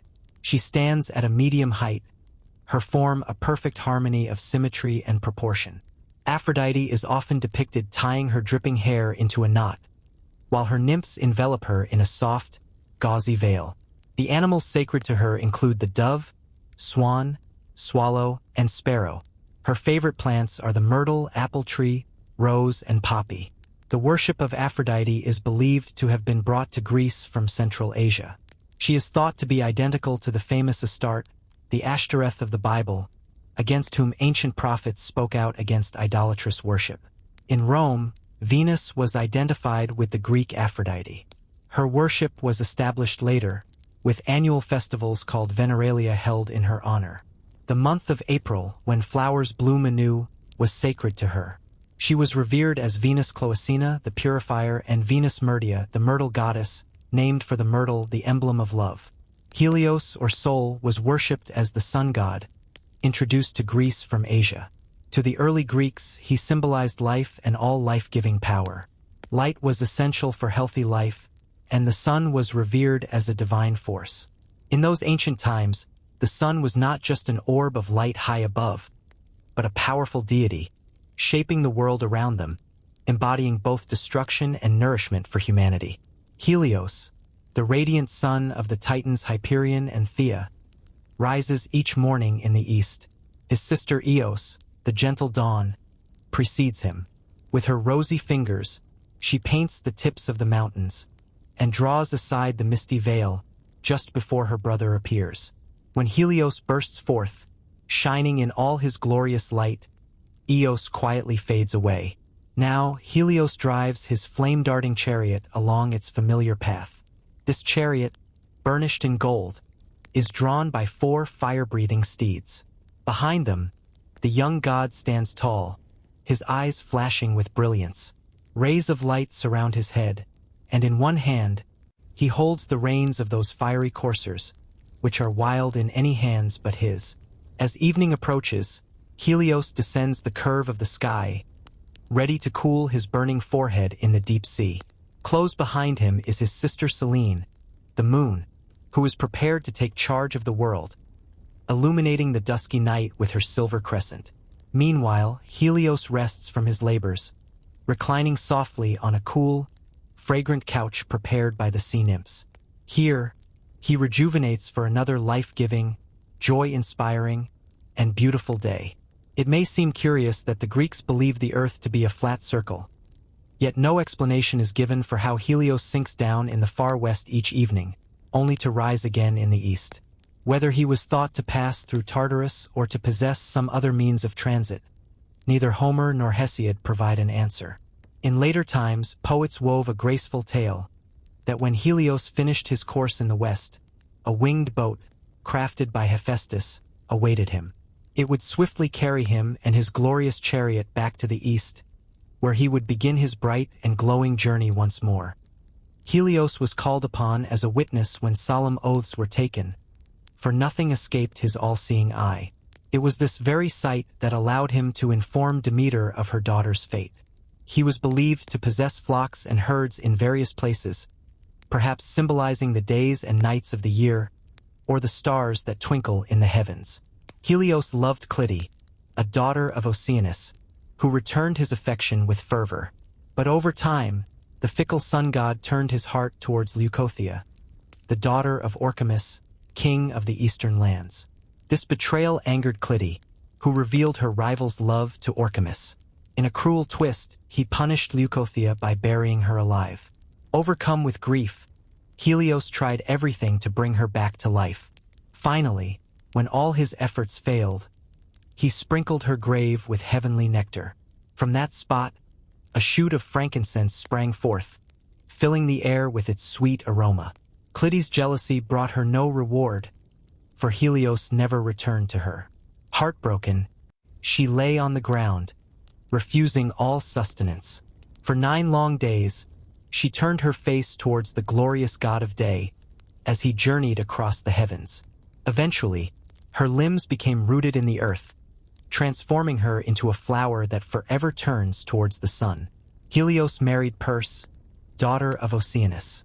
Their children were Eets, the king of Colchis, known in the legend of the Argonauts as the keeper of the golden fleece, and Circe, the renowned sorceress. Helios had another son, Phaeton, whose mother was Clymene, one of the Oceanides. Phaeton was strikingly beautiful and favored by Aphrodite, who entrusted him with the care of one of her temples. This special attention made him vain and presumptuous. His friend Epiphus, son of Zeus and Io, tried to temper his arrogance by feigning disbelief in Phaeton's claim that Helios was his father. Filled with resentment, Phaeton rushed to his mother, Clymene, pleading for the truth. Moved by his desperation, she pointed to the brilliant sun shining above them, assuring him that it was indeed his father. If he still had doubts, she encouraged him to visit the radiant palace of the sun god and ask for himself. Overjoyed by her words, Phaeton followed her directions and made his way to his father's palace. As he entered, the dazzling rays nearly blinded him, preventing him from approaching. The throne where Helios sat, surrounded by the hours, days, months, years, and seasons, Helios, with his all-seeing eye, had watched him from afar. He removed his crown of glittering rays and beckoned Phaeton to come closer, assuring him there was no need for fear. Encouraged by this warm welcome, Phaeton begged his father for a sign of his love, something that would prove to the world he was truly his son. Helios, taken aback by the request, urged him to choose wisely, warning of the many dangers that lay ahead. But Phaeton, determined and headstrong, insisted on driving the chariot of the sun for a single day. Reluctantly, Helios led him to the chariot. Phaeton paused, admiring the beauty of the golden equipage, crafted by the god of fire, adorned with precious stones that sparkled in the sunlight. As Helios saw Eos opening her doors in the rosy east, he commanded the hours to yoke the horses. The goddesses swiftly obeyed, and Helios anointed Phaeton's face with a sacred balm to help him endure the flames that billowed from the steed's nostrils. Sorrowfully, he placed his crown of rays upon Phaeton's head and prepared him for the journey ahead. The eager youth joyfully took his place and grasped the coveted reins. But no sooner did the fiery coursers of the sun feel his inexperienced hand than they became restless and unmanageable. Wildly, they rushed out of their accustomed track, soaring so high that they threatened the heavens with destruction, then descending so low that they nearly set the earth on fire. At last, the unfortunate charioteer, blinded by the glare and terrified by the devastation he had caused, dropped the reins from his trembling hands. Mountains and forests were in flames, rivers and streams dried up, and a general conflagration loomed. The scorched earth cried out to Zeus for help. He hurled his thunderbolt at Phaeton, and with a flash of lightning, brought the fiery steeds to a standstill. The lifeless body of the youth fell headlong into the river Eridanus, where it was received and buried by the nymphs of the stream. His sisters mourned for him so long that Zeus transformed them into poplars. The tears they shed fell into the waters, becoming drops of clear, transparent amber. Sickness, the faithful friend of the unhappy Phaeton, felt such overwhelming grief at his terrible fate that he pined and wasted away. The gods, moved with compassion, transformed him into a swan, which forever brooded over the fatal spot where the waters had closed over the head of his unfortunate friend. The chief seat of the worship of Helios was the island of Rhodes, which, according to myth, was his special territory. At the time of the Titanomachia, when the gods were dividing the world by lot, Helios happened to be absent and received no share. He complained to Zeus, who proposed a new allotment. But Helios would not allow it, saying that as he journeyed daily, his keen eye had seen a lovely, fertile island beneath the waves. If the immortals would swear to give him undisturbed possession of this spot, he would be content to accept it as his share of the universe. The gods took the oath, and the island of Rhodes immediately rose above the surface of the waters. The famous Colossus of Rhodes, one of the 7 wonders of the world, was erected in honor of Helios. This magnificent statue stood 105 feet high, formed entirely of brass. It marked the entrance to the harbor at Rhodes, where the largest vessels could easily sail between its legs, which stood on moles on either side of the harbor. Though so gigantic, it was perfectly proportioned in every part. Few people could span the thumb of this statue with their arms. Inside the Colossus was a winding staircase, leading to the top, from where, by means of a telescope, one could see the coast of Syria and the shores of Egypt. Eos, the dawn, like her brother Helios, whose arrival she always announced, was also revered by the early Greeks.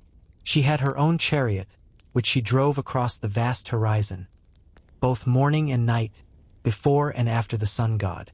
Thus, she is not merely the personification of the rosy morn, but also of twilight. Her palace is placed in the west, on the island Aa. Eos's abode is a magnificent structure, surrounded by flowery meads and velvety lawns. Nymphs and other immortal beings dance, winding in and out, as the sweet melody of music accompanies their graceful movements. Eos is described by poets as a beautiful maiden, with rosy arms and fingers, and large wings, whose plumage changes hue. She bears a star on her forehead, and a torch in her hand. Wrapping herself in the rich folds of her violet-tinged mantle, she leaves her couch before the break of day, yoking her 2 horses, Lampetus and Phaeton, to her glorious chariot. With cheerful haste, she opens the gates of heaven, to herald the approach of her brother, the god of day, while the tender plants and flowers, revived by morning dew, lift their heads to welcome her as she passes. Eos first married the Titan Astraeus, and their children were Hesperus, the evening star, and the winds. She later united with Tithonus, son of Laomedon, king of Troy, who had won her affection with his unrivaled beauty. Unhappy at the thought of being separated by death, Eos obtained from Zeus the gift of immortality for him, forgetting to add the gift of eternal youth. As time passed, Tithonus grew old and decrepit, losing the beauty that had once captivated her. Eos became disheartened by his infirmities, and eventually shut him in a chamber, where little remained of him but his voice, now weak and feeble. According to some later poets, he grew weary of his cheerless existence, and longed for the release of death. This was, however, impossible. Yet Eos, pitying his condition, exerted her divine power, and transformed him into a grasshopper, which is all voice, its monotonous chirpings echoing the meaningless babble of extreme old age.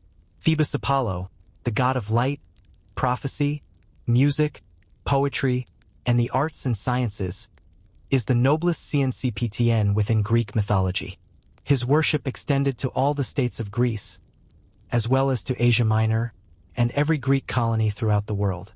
It stands out among the most ancient and significant features of Grecian history, exerting a profound influence over the Greek nation, even more than that of Zeus himself. Apollo was the son of Zeus and Leto, born beneath the shade of a palm tree, at the foot of Mount Cynthus, on the barren and rocky island of Delos. The poets tell us that the earth smiled when the young god first beheld the light of day. Delos became proud and exultant at the honor conferred upon her, covering herself with golden flowers. Swans surrounded the island, and the Delian nymphs celebrated his birth with songs of joy. The unhappy Leto, driven to Delos by the relentless persecutions of Hera, found little peace in her haven of refuge. Still tormented by her enemy, the young mother had to flee once more. In her desperation, she entrusted her newborn babe to the goddess Themis. Themis carefully wrapped the helpless infant in swaddling clothes and fed him with nectar and ambrosia. But as soon as he tasted the heavenly food, to the amazement of the goddess, he burst free from his swaddling bands. Springing to his feet, he appeared before her as a full-grown youth of divine strength and beauty. He demanded a lyre and a bow, declaring, "From now on, I will announce the will of my father Zeus. The golden lyre shall be my friend, the bent bow my delight, and in oracles I will foretell the dark future." With these words he ascended to Olympus. There, he was welcomed with joyful acclamations into the assembly of the celestial gods, who recognized him as the most beautiful and glorious of all Zeus's sons. Phoebus Apollo was the god of light in two ways. First, he represented the great orb of day that illuminates the world. Second, he embodied the heavenly light that animates the soul of man. He inherited his role as sun god from Helios, and in later times, their identities became intertwined. We often find Helios confused with Apollo, with myths belonging to one attributed to the other. Among some tribes, like the Ionic, Apollo was even called Helios Apollo. As the divinity whose power shines in the broad light of day, he brings joy and delight to nature, and health and prosperity to humankind. His warm and gentle rays disperse the noxious vapors of the night, helping the grain to ripen and the flowers to bloom. Yet, although he is a life-giving and life-preserving power, Apollo also possesses a darker side. With his fiercely darting rays, he could spread disease and bring sudden death. This aspect of his character explains why he, alongside his twin sister Artemis, the moon goddess, was seen as a divinity of death. They shared this role, he claiming men, and she women. Those who died in the bloom of youth or at an advanced age were believed to have fallen to their gentle arrows. But Apollo did not always grant an easy death. In the Iliad, when angered by the Greeks, the god of the silver bow descended from Olympus, his quiver filled with death-bringing darts. For 9 days, he unleashed his arrows, first upon animals, then upon men, until the air darkened with the smoke from funeral pyres. As the god of light, Phoebus Apollo is also the protector of shepherds. He warms the fields and meadows, providing rich pastures for the flocks, gladdening the heart of the herdsman. The temperate heat of the sun invigorates both man and animals, promoting the growth of medicinal herbs and plants essential for healing.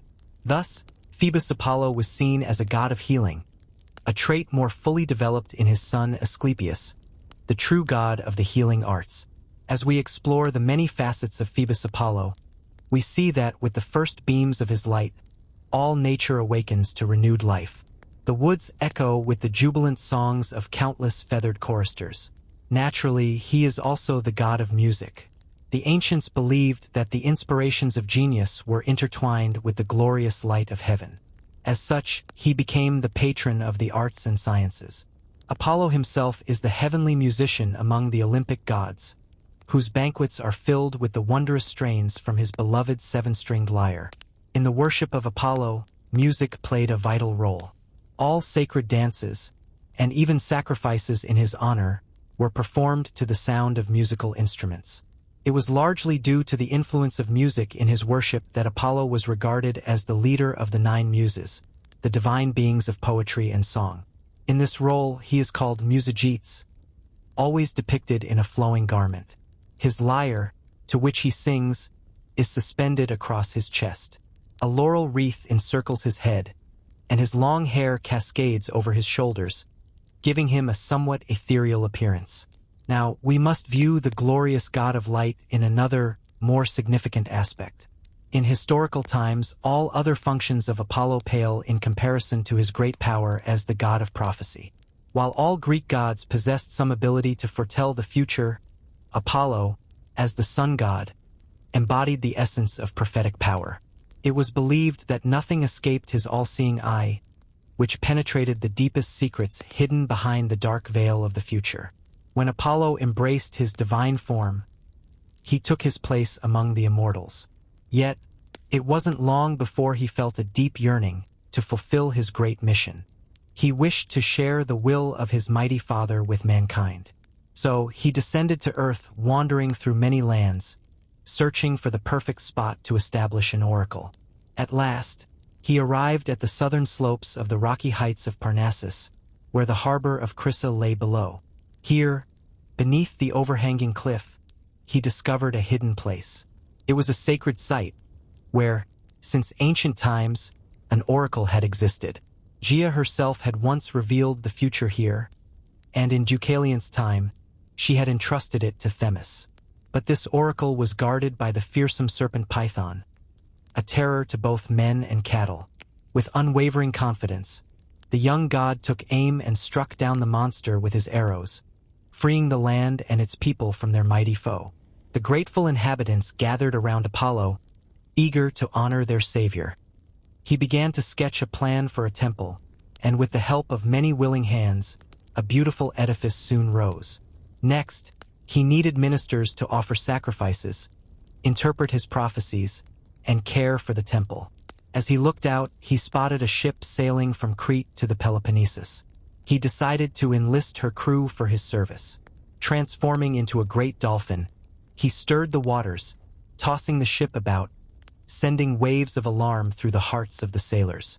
A mighty wind swept in, guiding the ship into the harbor of Crissa, where it ran aground. The frightened sailors hesitated to step ashore, but Apollo, now appearing as a strong youth, approached the vessel. He revealed his true identity and explained that he had brought them to Crissa to become his priests to serve him in his temple. Once they reached the sacred fane, he taught them the rituals to honor him, asking them to worship him as Apollo Delphinios, for he had first appeared to them in the form of a dolphin. Thus, the renowned oracle of Delphi was born, a place sought by many, from Lydians to Romans, held in the highest esteem throughout the world. In its sacred presence, the laws of Lycurgus were established, and the earliest Greek colonies were founded. No city was built without first consulting the Delphic oracle, for it was believed that Apollo took great joy in the founding of cities, laying their first stones himself. No venture began without seeking the oracle's guidance on its success. Yet, what endeared Apollo to the hearts of the people was the belief that he accepted repentance as atonement for sin. He was seen as the god who forgave the contrite, a protector for those like Orestes, who bore the weight of their past actions. Poets depict Apollo as eternally young, his face radiant with joyous life, embodying immortal beauty. His deep blue eyes shine with wisdom, his forehead broad and thoughtful. His long, flowing hair, golden or warm chestnut, cascades over his shoulders. Adorned with laurel and draped in a purple robe, he holds his silver bow unbent when he smiles, yet ready to defend against wrongdoers. But even this eternally beautiful youth, the epitome of grace, found little happiness in love.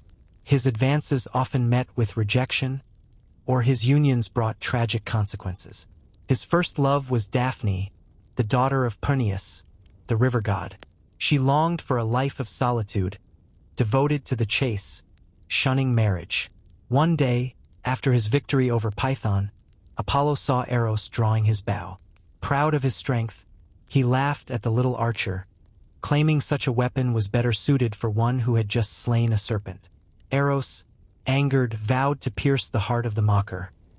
He flew to the summit of Mount Parnassus, retrieving 2 arrows, one of gold, inspiring love, and the other of lead, inciting aversion.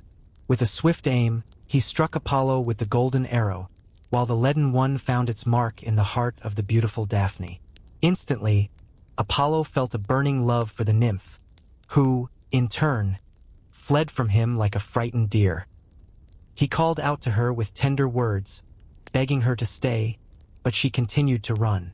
Exhausted and fearing for her life, she cried out to the gods for help. Just as Apollo reached out to embrace her, she was transformed into a laurel bush. Heartbroken, he crowned himself with its leaves, declaring that in memory of his love, it would remain evergreen, forever sacred to him. Next, he sought the love of Marpessa, the daughter of Ivenus. Though her father welcomed Apollo, Marpessa chose Idas, a mortal youth who whisked her away in a winged chariot from Poseidon. Apollo chased after them, quickly catching up and seizing the bride, refusing to let her go. Zeus intervened, declaring that Marpessa must choose between her suitors. After much thought, she chose Idas, wisely deciding that though Apollo's allure was great, a mortal companion would grow old with her, and be less likely to abandon her as time took its toll. Cassandra, the daughter of Priam, king of Troy, caught the eye of Apollo. She pretended to return his love and promised to marry him if he would grant her the gift of prophecy. But once she received this precious gift, the treacherous maiden turned away, refusing to honor her promise. Apollo, furious at her betrayal, could not take back what he had given, so he made her gift a curse. Her predictions would never be believed. Cassandra became known throughout history for her prophetic powers. Yet her warnings fell on deaf ears. She warned her brother Paris that bringing a wife from Greece would lead to the ruin of their family and kingdom. She cautioned the Trojans against bringing the wooden horse into their city, and foretold the disasters that would befall Agamemnon. Later, Apollo married Caronis, a nymph from Larissa, believing he had found true love. But fate had other plans. One day, his beloved crow flew to him, bringing news that Caronis had turned her affections to a young man from Haemonia. Filled with rage, Apollo struck her down with a deadly dart. Too late, he regretted his hasty action, for he had loved her dearly. He tried to bring her back to life, but his healing powers were in vain. In his anger, he punished the crow, changing its feathers from pure white to deep black, and forbidding it to fly with the other birds. Caronis left behind a son named Asclepius, who would grow to become the god of medicine. His abilities were extraordinary. He could heal the sick, and even bring the dead back to life. But soon, aides complained to Zeus that the number of souls entering his realm was dwindling. Fearing that humanity would defy the gods, Zeus struck down Asclepius with a thunderbolt. Apollo, heartbroken over the loss of his gifted son, sought revenge. Unable to confront Zeus, he turned his wrath on the Cyclops, who had forged the deadly thunderbolts. For this act, Zeus considered banishing Apollo to Tartarus, but at the pleading of Leto, he relented. Instead, he stripped Apollo of his powers and dignity, and sentenced him to serve as a humble shepherd in the house of Admetus, king of Thessaly. For 9 years, Apollo served faithfully, treated with kindness by his royal master. During this time, King Admetus sought the hand of Alcestis, the beautiful daughter of Peleus. Her father declared that only the suitor who could yoke a lion and a wild boar to his chariot would win her. With Apollo's divine assistance, Admetus accomplished this daunting task and won his bride.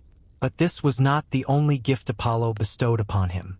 He secured immortality for Admetus on the condition that a family member would willingly die in his place. When the time came, Admetus faced death and pleaded with his elderly parents to sacrifice their remaining days for him. Yet, life is sweet, even in old age, and they refused. Alcestis, however, devoted herself to her husband and fell ill, her sickness mirroring his recovery. She breathed her last in Admetus's arms, and as he laid her to rest, Heracles arrived at the palace. Admetus, honoring the rites of hospitality, kept his sorrow hidden, but when his friend learned of the tragedy, he bravely descended into the tomb. When death came for Alcestis, Heracles summoned his incredible strength and held death at bay until he promised to restore her to her family. While living as a shepherd, Apollo formed a deep friendship with 2 youths, Hyacinthus and Cyparissus. But even the favor of the god could not shield them from tragedy. One day, while throwing the discus with Apollo, Hyacinthus rushed to catch the one thrown by the god, and was struck down. Overcome with grief, Apollo could not bring him back to life, so he transformed him into the flower that bears his name, the hyacinth. Cyparissus, too, faced misfortune, accidentally killing one of Apollo's beloved stags. The guilt consumed him, and he withered away until he died of a broken heart. In his sorrow, Apollo turned him into a cypress tree, which still bears his name. After these heart-wrenching events, Apollo left Thessaly and journeyed to Phrygia in Asia Minor. There, he met Poseidon, who was also in exile, serving on Earth. Together, they entered the service of Laomedon, king of Troy. Apollo tended to the king's flocks, while Poseidon built the city's walls. But Apollo also lent his talents to the construction, using his musical powers to ease Poseidon's labor. As the god of music played his lyre, the heavy stones moved effortlessly, fitting perfectly into place. But though Apollo was so renowned in the art of music, there were two individuals who dared to consider themselves his equals. They were Marsyas and Pan. Marsyas, a satyr, had stumbled upon a flute, discarded by Athene in disgust. To his great delight, he discovered that, having touched the lips of a goddess, it played enchanting melodies all on its own. A lover of music, Marsyas was cherished by the elf-like denizens of the woods and glens. Overcome with joy at his discovery, he foolishly challenged Apollo to a musical contest. The challenge was accepted, and the muses were chosen as judges. It was decided that the loser would face a terrible fate, to be flayed alive. For a long time, the talents of both musicians were so evenly matched that it was impossible to declare a victor. Seeing this, Apollo, determined to win, added the sweet tones of his melodious voice to the strains of his lyre. This turned the tide in his favor. Defeated, the unfortunate Marsyas faced his grim punishment. His tragic fate was mourned by all. The satyrs and dryads, his companions, wept so endlessly that their tears formed a river in Phrygia, still known as Marsyas. The contest with Pan, however, was not as dire. The god of shepherds claimed he could play more skillfully on his seven-reed flute, the syrinx, than Apollo could on his renowned lyre. A contest ensued, and Apollo was declared the victor by all the judges. Yet, Midas, king of Phrygia, disagreed, preferring the rustic sounds of Pan's pipe over Apollo's refined melodies. Angered by Midas's foolishness, Apollo punished him by giving him the ears of an butt. Horrified by his disfigurement, Midas hid his shame beneath a cap, but his barber, unable to keep the secret, was bribed to remain silent. Eventually, he could no longer contain the truth. He dug a hole in the ground and whispered the secret into it, then covered it up, feeling relieved. Yet the secret found its way to light. Reeds sprouted from that spot, whispering in the wind, "King Midas has the ears of an butt."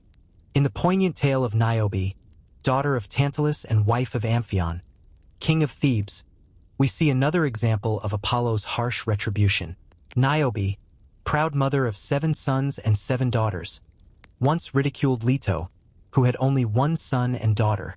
She demanded the Thebans honor her instead of Leto. Hardly had her sacrilegious words left her lips when Apollo called upon his sister Artemis to avenge their mother. Soon their invisible arrows flew through the air. Apollo struck down all the sons, while Artemis had already slain all the daughters except for the youngest, whom Niobe held tightly. In her anguish, she begged the gods to spare at least one child. But even as she prayed, the deadly arrow pierced the heart of her beloved daughter. Meanwhile, the grief-stricken father, unable to bear the loss, took his own life, lying beside the lifeless body of his favorite son. Widowed and childless, the heartbroken mother sat among her dead. In pity for her unbearable sorrow, the gods turned her into stone, which they placed on Syphilis, her native mountain, where it continues to weep. The tale of Niobe inspired a magnificent marble group, discovered in Rome in 1553, now housed in the Uffizi Gallery in Florence. Orpheus, the renowned singer, was the son of Apollo and Calliope, the muse of epic poetry. With such gifted parents, he was blessed with extraordinary talents. A poet and teacher of the Orphic mysteries, he was also a great musician, inheriting his father's genius for music. When he played his lyre, he enchanted all of nature, summoning wild beasts from the forests, who became as gentle as lambs. The rushing torrents paused, and even the mountains and trees swayed to the sound of his entrancing melodies. Orpheus fell in love with a lovely nymph named Eurydice, daughter of the sea god Nereus. Their love was deep and joyful, but it was short-lived. Aristeus, Orpheus's half-brother, fell for Eurydice and tried to take her from him. As she fled through the fields to escape, a venomous snake hidden in the grass bit her foot. Eurydice succumbed to the wound, and her grieving husband filled the groves and valleys with his heart-wrenching lamentations. His longing to behold her once more became so unconquerable that he decided to brave the horrors of the lower world. He wished to entreat aids to restore to him his beloved wife. Armed only with his golden lyre, a precious gift from Apollo, he descended into the gloomy depths of Hades. There, his heavenly music brought a moment of peace to the tormented souls around him. The stone of Sisyphus stood still. Tantalus forgot his endless thirst. The wheel of Ixion ceased to turn, and even the Furies shed tears, pausing their relentless pursuits. Undismayed by the scenes of horror and suffering, he pressed on until he arrived at the Palace of Hades. Presenting himself before the throne, where the stony-hearted king and his consort Persephone sat, Orpheus poured out his sorrows to the sound of his lyre. Moved by his sweet strains, they listened to his melancholy tale and agreed to release Eurydice on the condition that he must not look upon her until they reached the upper world. Orpheus gladly promised to obey and, followed by Eurydice, ascended the steep and shadowy path, leading back to life and light. All went well until he neared the very edge of Hades. In a moment of forgetfulness, he turned to reassure himself that his beloved wife was truly behind him. That glance was fatal, shattering all his hopes of happiness. As he reached out to embrace her, she was pulled back, vanishing from his sight forever. The grief of Orpheus at this second loss was deeper than before. He withdrew from all human company. In vain did the nymphs, once his companions, try to bring him back. Their charm was gone. Music became his only solace. He wandered alone through the wildest, most secluded paths, and the hills and valleys echoed with his sorrowful melodies. Eventually, he crossed paths with some Thracian women, who were caught up in the wild rites of Dionysus. In their frenzy, they attacked him and tore him to pieces. In pity for his tragic fate, the Muses gathered his remains and buried them at the foot of Mount Olympus. The nightingale sang a mournful dirge over his grave. His head was cast into the river Hebrus, and as it floated down the stream, his lips continued to murmur the beloved name of Eurydice. The chief seat of the worship of Apollo was at Delphi, where the most magnificent of all his temples stood. Its foundation reached far beyond historical knowledge, and it held immense riches, offerings from kings and common folk, who had received favorable replies from the oracle. The Greeks believed Delphi to be the center of the earth, because two eagles sent by Zeus, one from the east and one from the west, were said to have arrived there at the same moment. Every 4 years, the Pythian Games were celebrated at Delphi, in honor of Apollo's victory over the Python. At the first celebration, gods, goddesses, and heroes competed for prizes, which began as gold and silver, but later became simple laurel wreaths. The entire island of Delos was consecrated to Apollo, as it was his birthplace. There, he was worshipped with great solemnity. Great care was taken to preserve the sanctity of the spot, so no one was allowed to be buried there. At the foot of Mount Cynthus stood a splendid temple of Apollo, which housed an oracle, and was adorned with magnificent offerings from all over Greece. Even foreign nations held this island sacred. When the Persians sailed by on their way to attack Greece, they not only spared Delos, but sent rich gifts to the temple. Every 4 years, games called Delia, instituted by Theseus, were celebrated at Delos. In Sparta, a festival known as the Gymnopedia was held, in honor of Apollo. There, boys sang praises of the gods, and of the 300 Lacedaemonians, who fell at the Battle of Thermopylae. Wolves and hawks were sacrificed to Apollo, and the birds sacred to him were the hawk, raven, and swan. In Rome, the worship of Apollo never held the same importance as in Greece. It was introduced later, and the first temple was built in BC 430 to avert a plague. However, it wasn't until the time of Augustus that Apollo's worship became prominent. He called upon this god for aid before the famous Battle of Actium, and attributed his victory to Apollo's influence. In gratitude, he erected a temple there, enriching it with spoils from the battle. Augustus later built another temple on the Palatine Hill. At the foot of his statue, he placed 2 gilt chests containing the Sibylline oracles. These oracles were collected to replace the original Sibylline books, which had been destroyed in a fire at the Temple of Jupiter. The Sibyls were maidens gifted with prophecy and the ability to live for an incredible age. One, known as the Cumaean Sibyl, appeared to Tarquinius Superbus, the last king of Rome, offering to sell 9 books she had written. When he refused to buy them, she burned 3 and returned with 6, demanding the same price. Again, he turned her away, and she burned 3 more, returning with the last 3, still asking for the same price. Amazed by her persistence, Tarquin consulted the augurs. They scolded him for not purchasing the 9 books initially, and advised him to secure the remaining 3 at any cost. He complied, and found the volumes contained predictions of great importance to the Romans. After the purchase, the Sibyl vanished, never to be seen again.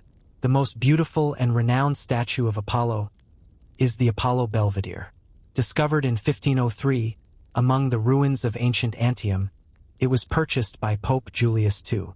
He brought it to the Belvedere of the Vatican, where it has captivated the world for over 300 years. When Rome was taken and plundered by the French, this celebrated statue was transported to Paris and placed in a museum. But in 1815, it returned to its rightful home in the Vatican. Standing more than 7 feet high, the figure exudes freedom, grace, and majesty. Its noble forehead and exquisite countenance leave one spellbound, gazing at such a perfect CNCPTN. The god appears youthful, as is customary in his representations. With only a short mantle draped over his shoulders, he stands against the trunk of a tree, where a serpent creeps. His left arm is outstretched, as if ready to punish. Hecate, originally a moon goddess worshipped by the Thracians, became intertwined with Selene and Persephone.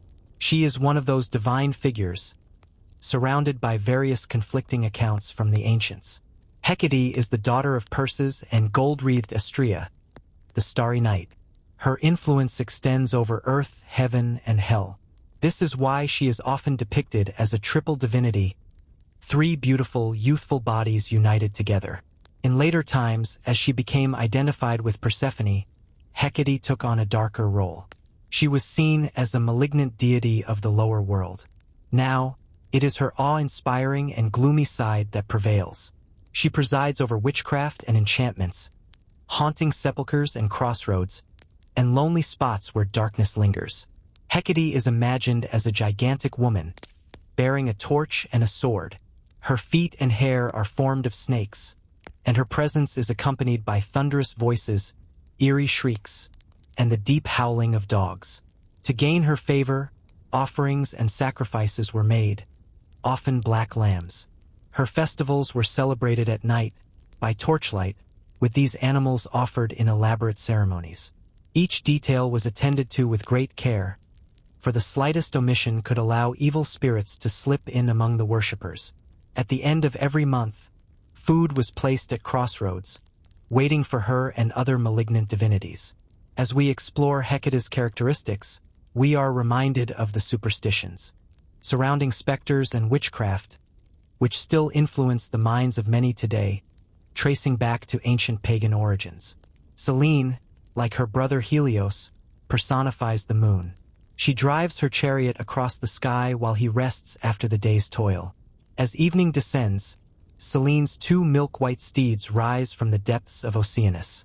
Seated in her silvery chariot, accompanied by her daughter Herse, the gentle queen of the night appears. A crescent adorns her brow, a gauzy veil flows behind her, and a lighted torch shines in her hand. Selene fell in love with a beautiful young shepherd named Endymion. Zeus granted him eternal youth, allowing him to sleep whenever he desired. Struck by his beauty, Selene descended from the heavens each night to watch over and protect him. Artemis, known by many names, was worshipped by the Greeks in various forms. Each aspect held special characteristics. She is the Arcadian, Ephesian, and Baronian Artemis, as well as Selene Artemis. To truly understand her worship, we must consider her under each name. The Arcadian Artemis, the true goddess of the Greeks, was the daughter of Zeus and Leto, and the twin sister of Apollo. She was the goddess of hunting and chastity. Having chosen a life of celibacy, she remained a maiden divinity. Artemis, the feminine counterpart to her brother, shares his ability to bring destruction and sudden death. Yet, she also possesses the power to alleviate suffering and heal. Skilled in the use of the bow, she devoted herself to the chase with passionate ardor. Armed with her bow and quiver, she roamed the mountains, accompanied by her train of huntresses, the nymphs of the woods and springs. Together, they pursued wild animals, and when the chase ended, they gathered in shady groves or by favorite streams. There, they sang merry songs and danced, filling the hills with their joyous laughter. As the embodiment of purity and chastity, Artemis was especially venerated by young maidens.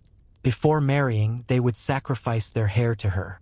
She was the protector of those vowed to celibacy, punishing any infringement of their vows. The huntress goddess is depicted as a head taller than her nymphs, always appearing as a youthful and slender maiden. Her features are beautiful, yet lacking gentleness. Her hair is gathered into a knot at the back of her well-shaped head. Though her figure is somewhat masculine, it is graceful in its proportions. The short robe she wears allows freedom of movement for the chase. This devotion is indicated by the quiver slung over her shoulder and the bow she holds in her hand. There are many famous statues of this divine goddess, but the most celebrated is the Diana of Versailles, now resting in the Louvre. It stands as a worthy companion to the Apollo Belvedere of the Vatican. In this statue, the goddess appears in the act of rescuing a hunted deer, turning fiercely towards its pursuers. One hand protectively rests on the stag's head, while with the other, she draws an arrow from her quiver, which hangs gracefully over her shoulder. Her attributes include the bow, quiver, and spear, and the animals sacred to her are the hind, dog, bear, and wild boar. Artemis fiercely resented any neglect of her worship. A remarkable tale illustrates this, the story of the Caledonian boar hunt. Ennius, the king of Caledon in Aetolia, had incurred Artemis's displeasure by forgetting to include her in a sacrifice to the gods. This was offered in gratitude for a bountiful harvest. Enraged by his neglect, the goddess sent a wild boar, extraordinarily large and powerful. It ravaged the fields, destroying the sprouting grain, and threatened the people with famine and death. At this moment, Meleager, the brave son of Ennius, returned from the Argonautic expedition. Finding his homeland devastated, he called upon the celebrated heroes of the age to join him in hunting the ferocious beast. Among those who answered his call were Jason, Castor and Pollux, Idas and Lynceus, Peleus, Telamon, Admetus, Perithous, and Theseus. The brothers of Althea, Ennius' wife, joined the hunters, and Meleager enlisted the swift-footed huntress, Atalanta. Her father, Schenius, an Arcadian, had been disappointed at the birth of a daughter when he had longed for a son. He exposed her on Parthenian Hill, leaving her to perish. But a she-bear nursed her, and hunters later found her, naming her Atalanta. As she grew, she became an ardent lover of the chase, distinguished for her beauty and courage. Though often wooed, she chose a life of celibacy, for an oracle had foretold misfortune if she married any of her many suitors. Many heroes objected to hunting alongside a maiden, but Meleager, who loved Atalanta, overcame their objections. The valiant band set out on their expedition. Atalanta was the first to wound the boar with her spear, but two heroes fell victim to its fierce tusks. After a long and desperate battle, Meleager killed the monster and presented its head and hide to Atalanta as trophies of their victory. Yet, Meleager's uncles forcibly took the hide from her, claiming their right as next of kin. Artemis, still angered, caused a violent quarrel between uncles and nephew. In the struggle, Meleager killed his mother's brothers and restored the hide to Atalanta. When Althea saw the slain heroes, her grief and anger consumed her. She swore to avenge her brothers' deaths on her own son. Unfortunately for him, the means of vengeance lay close at hand. At Meleager's birth, the Moire, or Fates, had declared that as soon as a piece of wood burned, the babe would surely die. Althea, upon hearing this, carefully preserved the brand as her most precious possession. But now, her love for her son turned to resentment, and she cast the fatal brand into the flames. As it burned, Meleager's strength faded, and when it turned to ashes, he perished.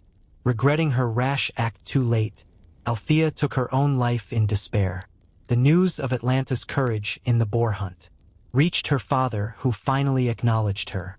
Urged by him to choose a suitor, she agreed, but with a condition: only the one who could outrun her in a race would become her husband. Those she defeated would meet their end by her lance. Many suitors perished, for Atlanta was unmatched in swiftness. But at last, a handsome youth named Hippomenes, who had long sought her love, dared to enter the race. Knowing he needed a clever strategy, he sought the help of Aphrodite and received 3 golden apples from the garden of the Hesperides. He tossed them down during the race. Atlanta, confident of victory, stopped to pick up the tempting fruit, and in that moment Hippomenes reached the finish line. He became the husband of lovely Atlanta, but in his newfound happiness, he forgot to thank Aphrodite. The goddess withdrew her favor, and soon the oracle's prediction came true. Atlanta and Hippomenes, having wandered unsanctioned into a sacred grove of Zeus, were transformed into lions. The trophies of the memorable boar hunt were carried by Atlanta into Arcadia. For many centuries, the hide and tusks of the Caledonian boar hung in the temple of Athene at Tegea. Later, the tusks were taken to Rome, displayed among other curiosities. A striking example of Artemis's wrath is seen in the fate of the hunter Actaeon. One day, he stumbled upon Artemis and her attendants bathing, and, in his audacity, approached. The goddess, incensed, sprinkled him with water, transforming him into a stag. He was then torn apart and devoured by his own dogs. The Ephesian Artemis, known to us as the Diana of the Ephesians, was an ancient divinity of Persian origin called Metra. When the Greek colonists settled in Asia Minor, they found her worship already established and identified her with their own Artemis, though she shared only one attribute with the goddess of their homeland. Metra was a twofold divinity. In one aspect, she embodied all-pervading love. In the other, she shone as the light of heaven. Like Artemis, in her role as Selene, she was the only Greek female deity representing celestial light. The Greek settlers, with their custom of merging foreign gods into their own, quickly recognized this similarity, and so they decided that Metra would be seen as identical to Artemis. In her essence as love, which flows through all of nature, they believed she also dwelled in the mysterious realm of shades. Here, she exercised her gentle influence, taking on some of the roles of the ancient divinity Hecate, and partly usurping the place of Persephone as mistress of the lower world. It was thought that she allowed the spirits of the departed to return to Earth, to connect with their loved ones, and to offer warnings of impending danger. This great, mighty, and omnipresent power of love, as embodied in the Ephesian Artemis, was seen by the wise thinkers of old as the ruling spirit of the universe. It was to her influence that the mysterious and benevolent workings of nature were attributed. In Ephesus, a magnificent temple was built in her honor, a structure that was ranked among the 7 wonders of the world, unequaled in beauty and grandeur. Inside this grand edifice, statues and paintings adorned the walls, and 127 columns, each 60 feet high, stood tall. Each column had been placed there by a different king. The wealth within this temple was immense, and the goddess was worshipped with deep reverence and solemnity. In the heart of the temple stood a statue of her, crafted from ebony, with lions on her arms and turrets on her head. A number of BRSTs symbolized the earth's fruitfulness and the bounty of nature. Ctesiphon was the principal architect of this world-renowned structure, Yet, it took 220 years to complete after the foundation stone was laid. But in a single night, the labor of centuries was destroyed, for a man named Herostratus, driven by a mad desire for fame, set fire to it, completely obliterating the temple.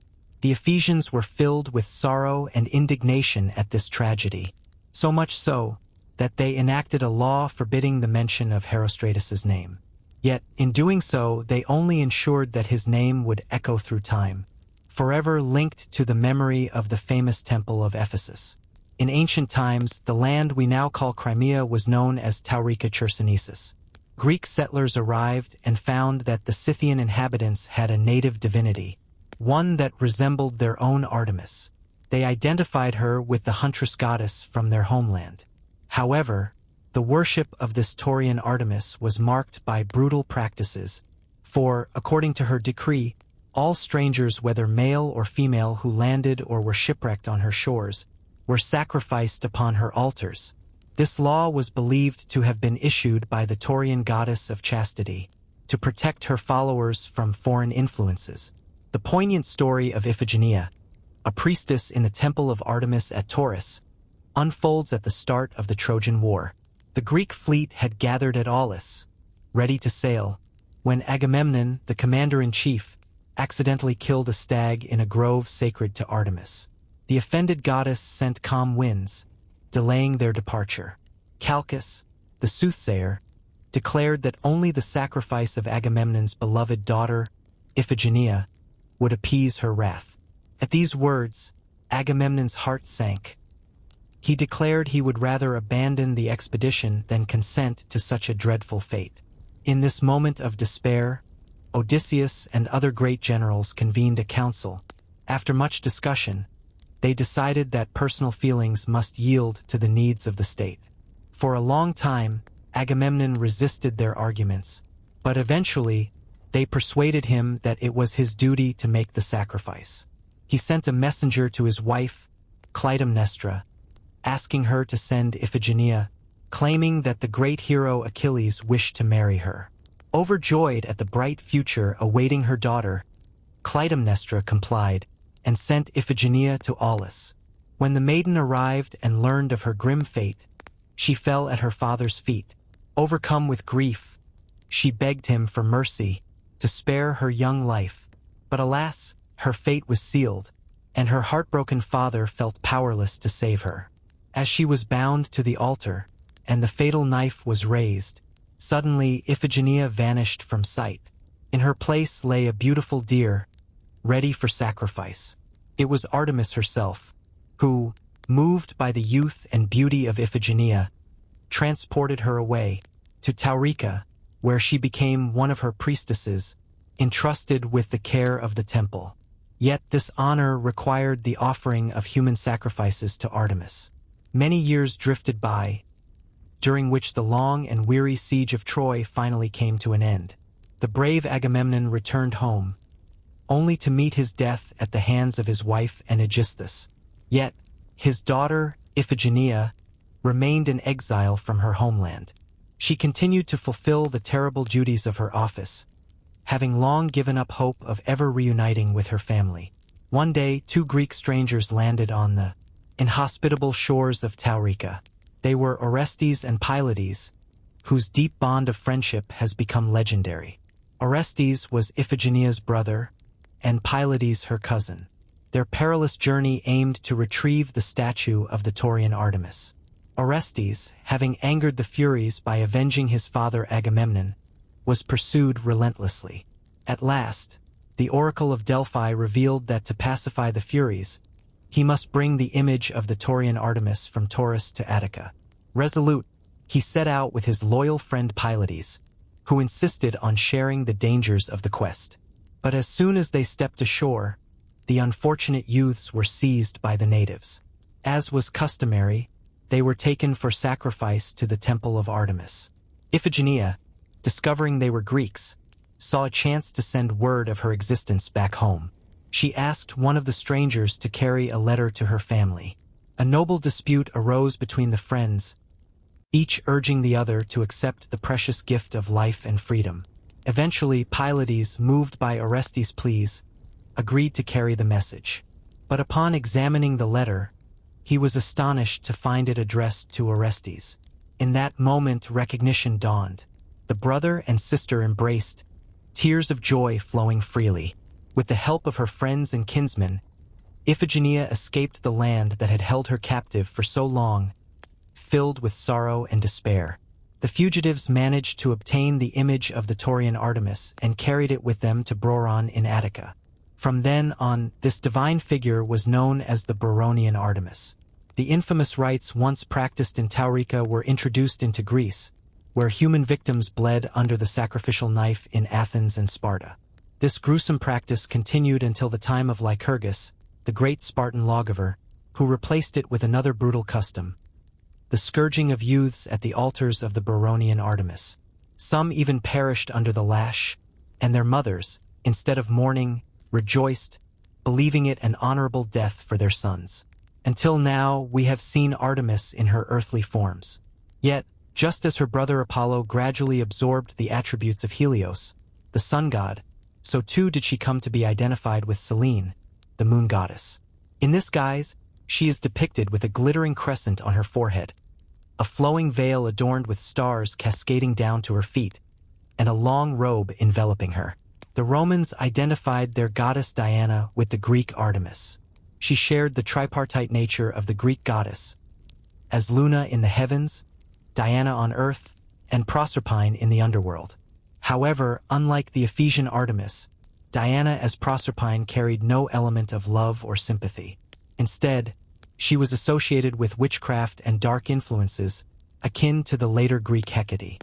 Statues of Diana were often placed where three roads met, which is why she is called Trivia, from the Latin for three ways. A temple dedicated to her was built on the Aventine Hill by Servius Tullius, who is said to have introduced her worship into Rome. The Nemeralia, or Grove festivals, were celebrated in her honor on the 13th of August, near the forest-buried lake of Lacus Nemerensis. The priest who served in her temple was always a fugitive SLV, having gained his position by murdering his predecessor. He remained armed, ever ready to defend against new challengers. Hephaestus, known as Vulcan, was the son of Zeus and Hera. He was the god of fire in its beneficial aspect, presiding over all craftsmanship that utilized this vital element. Honored as the god of mechanical arts, he was also a guardian of the home and hearth, bringing a positive influence to civilized society. Unlike other Greek deities, Hephaestus was not handsome. He was deformed, awkward in his movements, and limped as he walked. This limp was a result of Zeus's wrath, who had hurled him from heaven after he sided with Hera in one of their frequent disputes. He fell for a whole day before landing on the island of Lemnos. The kind inhabitants caught him, but despite their care, his leg was broken in the fall, leaving him lame. Grateful for their kindness, Hephaestus chose to stay on Lemnos, where he built a magnificent palace and forges to pursue his craft. He taught the people how to work with metals and shared other valuable skills, enriching their lives with his knowledge. It is said that the first creation of Hephaestus was a most ingenious throne of gold, adorned with secret springs. He presented it to Hera, the queen of the gods. Once she sat upon it, she found herself unable to move. All the gods tried to help her, but their efforts were in vain. This was Hephaestus's way of seeking revenge on his mother for the cruelty she had shown him due to his lack of beauty and grace. Yet Dionysus, the god of wine, devised a plan. He intoxicated Hephaestus and led him back to Olympus. There, he freed the Queen of Heaven from her undignified position and reconciled with his parents. Hephaestus then built for himself a glorious palace on Olympus, made of shining gold. He crafted magnificent homes for the other deities, where they resided in splendor. He was assisted by 2 female statues of pure gold, which he had created with his own hands. These statues could move and followed him wherever he went. With the help of the Cyclopes, he forged Zeus's thunderbolts, granting his mighty father a new power of terrible import. In gratitude, Zeus bestowed upon Hephaestus the beautiful Aphrodite in marriage. Yet this was a mixed blessing. For the lovely Aphrodite, the embodiment of grace and beauty, felt no affection for her ungainly husband. She often laughed at his awkward movements and unsightly appearance. One day, when Hephaestus kindly served as cupbearer to the gods, his hobbling gait and clumsiness brought great laughter among them. Even his disloyal partner joined in the merriment with unhidden glee. Aphrodite favored Ares over her husband, which stirred jealousy in Hephaestus and brought them both unhappiness. Hephaestus was an essential member of the Olympic assembly. He played the roles of smith, armor maker, and chariot builder. He constructed the palaces where the gods lived, fashioned golden shoes for them, built their wondrous chariots, and shod the celestial horses with brass. He created tripods that moved on their own, formed the famed aegis for Zeus, and erected the magnificent palace of the sun. Among his most renowned creations for mortals were the armor of Achilles and Aeneas, the beautiful necklace of Harmonia, and the crown of Ariadne. Yet his greatest masterpiece was Pandora, whose tale has already been shared. On Mount Etna, a temple was dedicated to Hephaestus, where only the pure and virtuous could enter. The entrance was guarded by dogs, gifted with the ability to discern the righteous from the unrighteous. They would fawn upon the good while driving away those who did wrong. Hephaestus is often depicted as a powerful, brawny man of middle height and mature age. His strong arm is raised, striking the anvil with a hammer in one hand, while the other turns a thunderbolt, waiting for the eagle beside him to carry it to Zeus. His principal place of worship was the island of Lemnos, where he was held in special reverence. Vulcan, the Roman counterpart of Hephaestus, was an import from Greece. His worship never took deep root in Rome, lacking the fervor seen with other deities. Yet, he retained his Greek attributes as the god of fire and master of metalwork. He was counted among the 12 great gods of Olympus, his gilded statues lining the forum. Poseidon, or Neptune, was the son of Kronos and Rhea, and the brother of Zeus.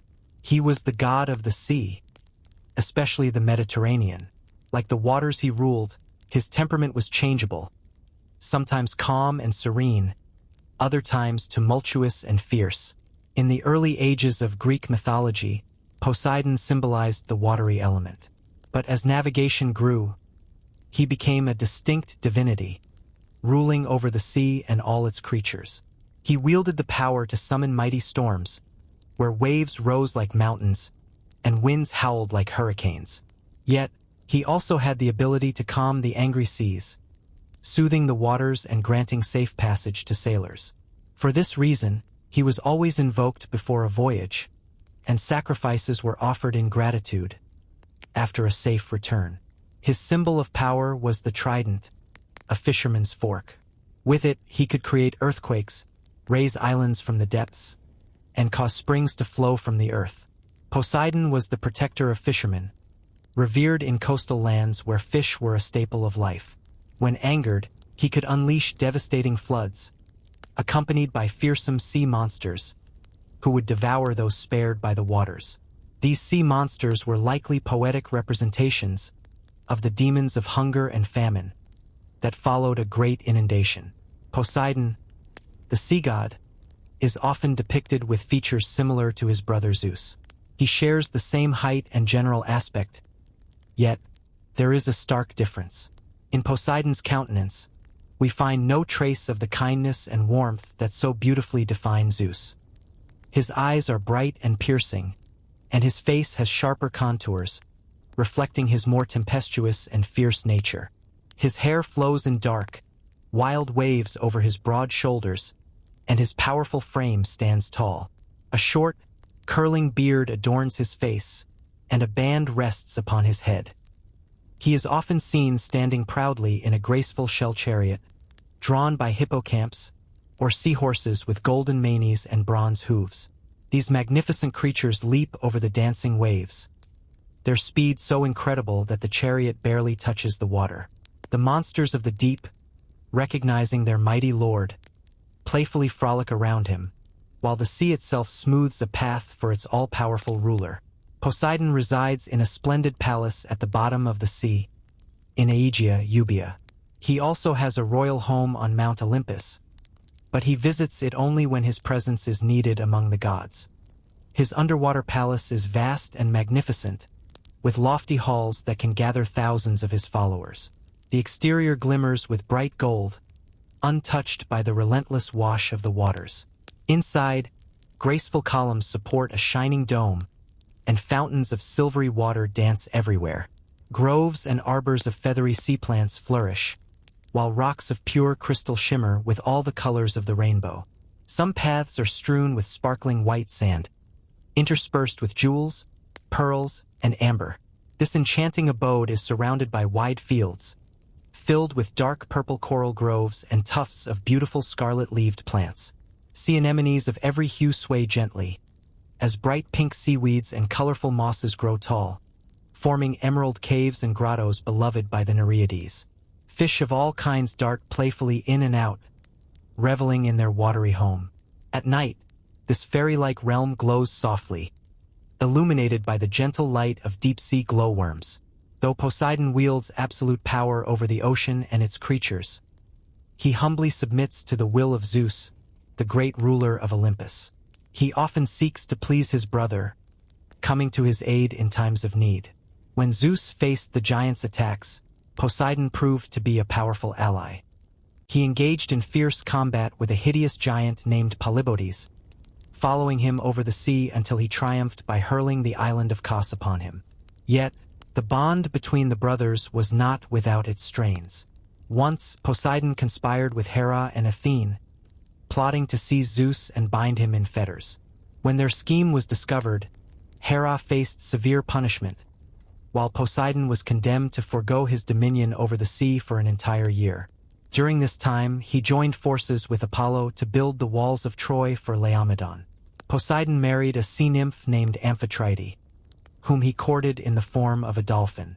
However, jealousy arose within Amphitrite when she learned of Poseidon's affection for a beautiful maiden named Scylla. In her rage, she cast herbs into a well where Scylla bathed, transforming her into a fearsome monster with 12 feet and 6 heads. This dreadful creature was said to dwell in a cave high upon a rock, swooping down upon passing ships to claim her victims.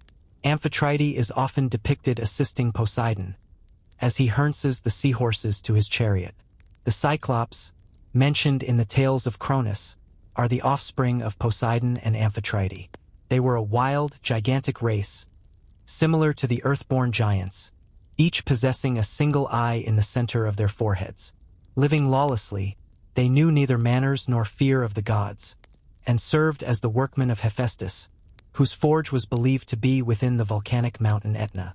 The Greeks personified the powers of nature, seeing in the fire, stones, and ashes of volcanic eruptions the work of the god of fire and his mighty Cyclops. The most famous Cyclops was Polyphemus, a man-eating monster who was ultimately blinded and outwitted by Odysseus. He fell in love with the lovely nymph Galatea, but she rejected him for a youth named Assus. In his fury, Polyphemus crushed Assus with a massive rock, and from the blood of the slain youth, a stream emerged, still bearing his name.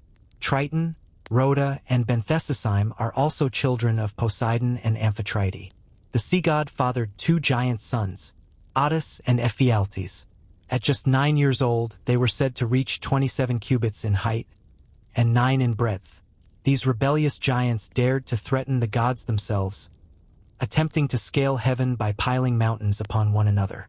They nearly succeeded in stacking Mount Ossa on Olympus and Pelion on Ossa, when Apollo intervened, striking them down with his arrows. It was believed that had they lived to maturity, their sacrilegious ambitions would have come to fruition. Peleus and Neleus were sons of Poseidon. Their mother, Tyro, was in love with the river god Enipeus. Poseidon took on his form and won her heart. Peleus later became famous in the tales of the Argonauts, while Neleus was the father of Nestor, a distinguished hero in the Trojan War. The Greeks believed they owed the existence of the horse to Poseidon. It is said that a fierce dispute arose between Athene and Poseidon, each claiming the right to name Cecropia, the ancient name of Athens. The Olympian gods gathered to settle the matter. They decided that the one who offered the most useful gift to mankind would earn the privilege of naming the city. Poseidon struck the ground with his trident, and from it sprang forth the horse, wild and beautiful. Athene, with her wand, touched the earth, and an olive tree emerged. The gods declared her gift the symbol of peace and plenty, while Poseidon's gift was seen as a symbol of war and bloodshed.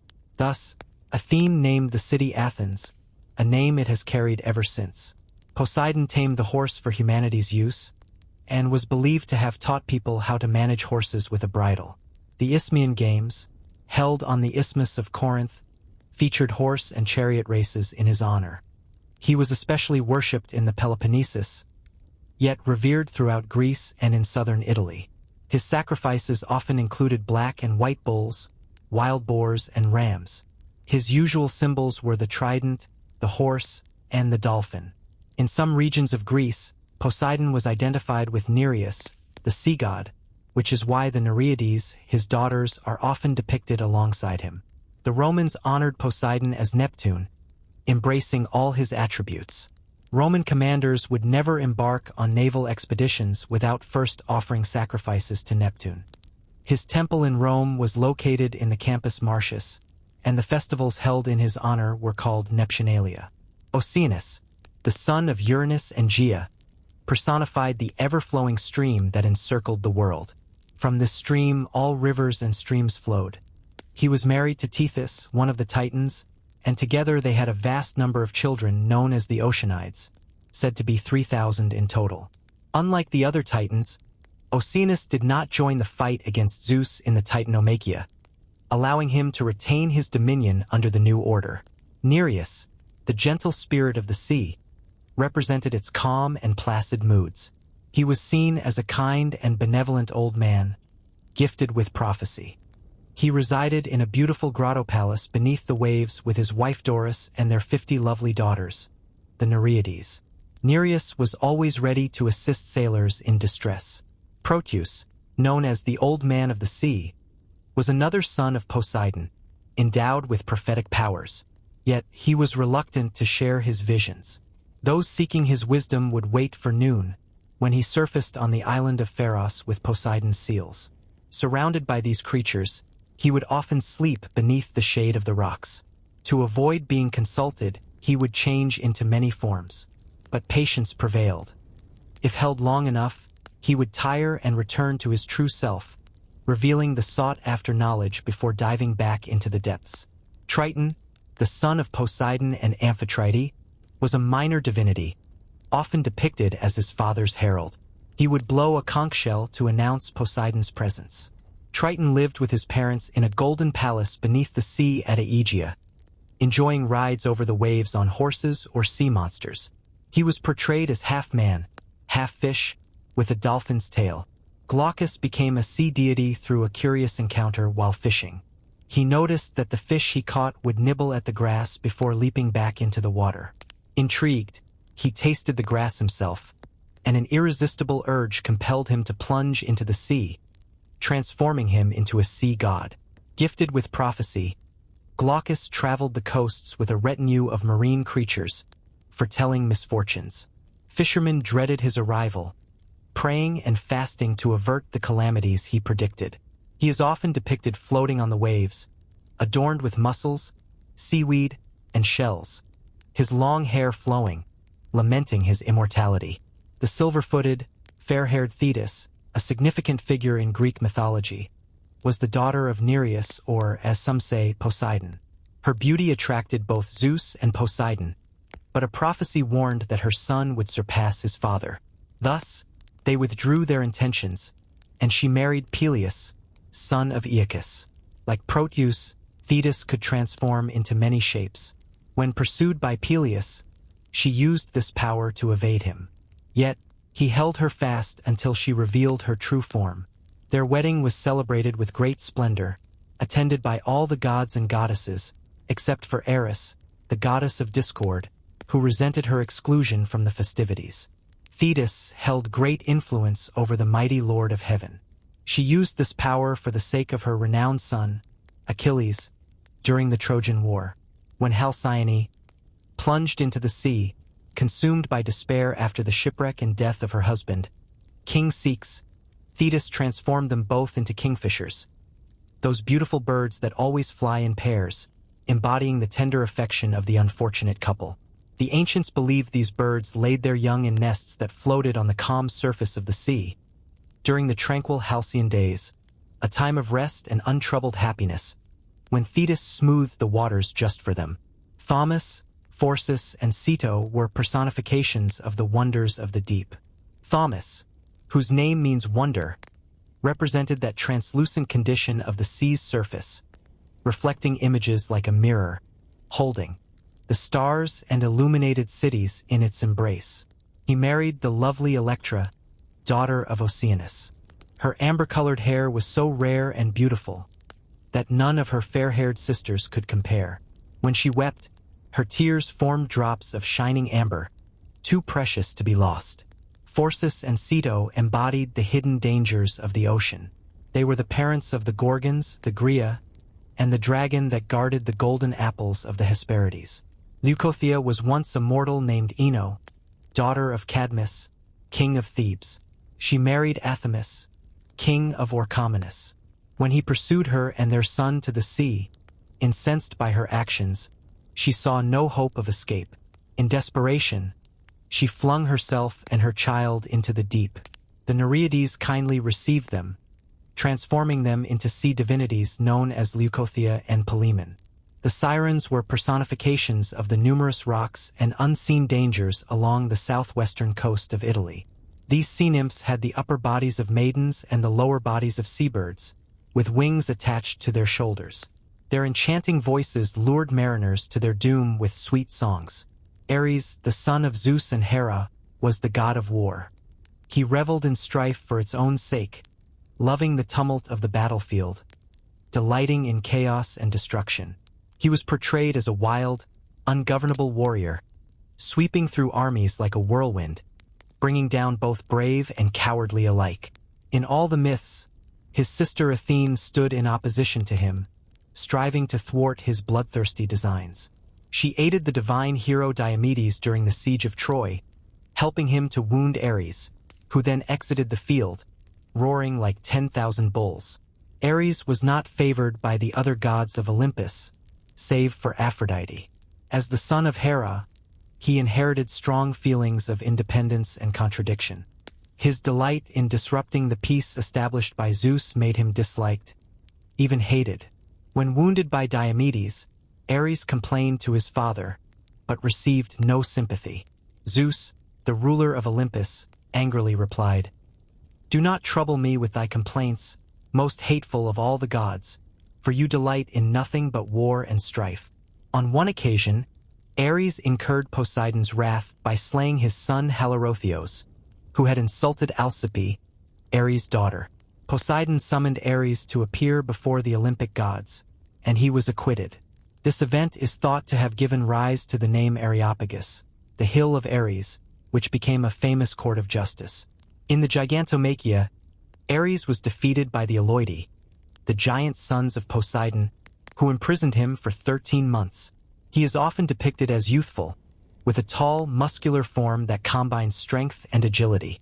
In his right hand, he wields a sword or mighty lance, while his left arm carries a round shield. Surrounding him are terror and fear, Io, the goddess of the war cry, and Eris, his twin sister, who always precedes him into battle. Eris is portrayed as a woman with a florid complexion and disheveled hair, her appearance angry and menacing. In one hand, she brandishes a poniard and a hissing adder, while in the other, she carries a burning torch. Her dress is torn and disorderly, her hair intertwined with venomous snakes. Mortals never invoked her unless they sought her aid for wicked purposes. Mars, the Roman god closely resembling Ares, was known by many names, including Mamers and Marspider, or Father Mars. And so, we bring part 1 of our journey to a gentle close. I hope you enjoyed drifting through these ancient myths and timeless whispers tonight. If you did, remember to like the video and subscribe so you don't miss part 2. There's so much more waiting for us in the shadows of history. Tell me in the comments what you found most fascinating, and where you're tuning in from. I love reading your thoughts and seeing how far these stories travel. Until next time, keep your mind open, your lights low, and let these old legends keep you company as you drift off to sleep. Good night, everyone.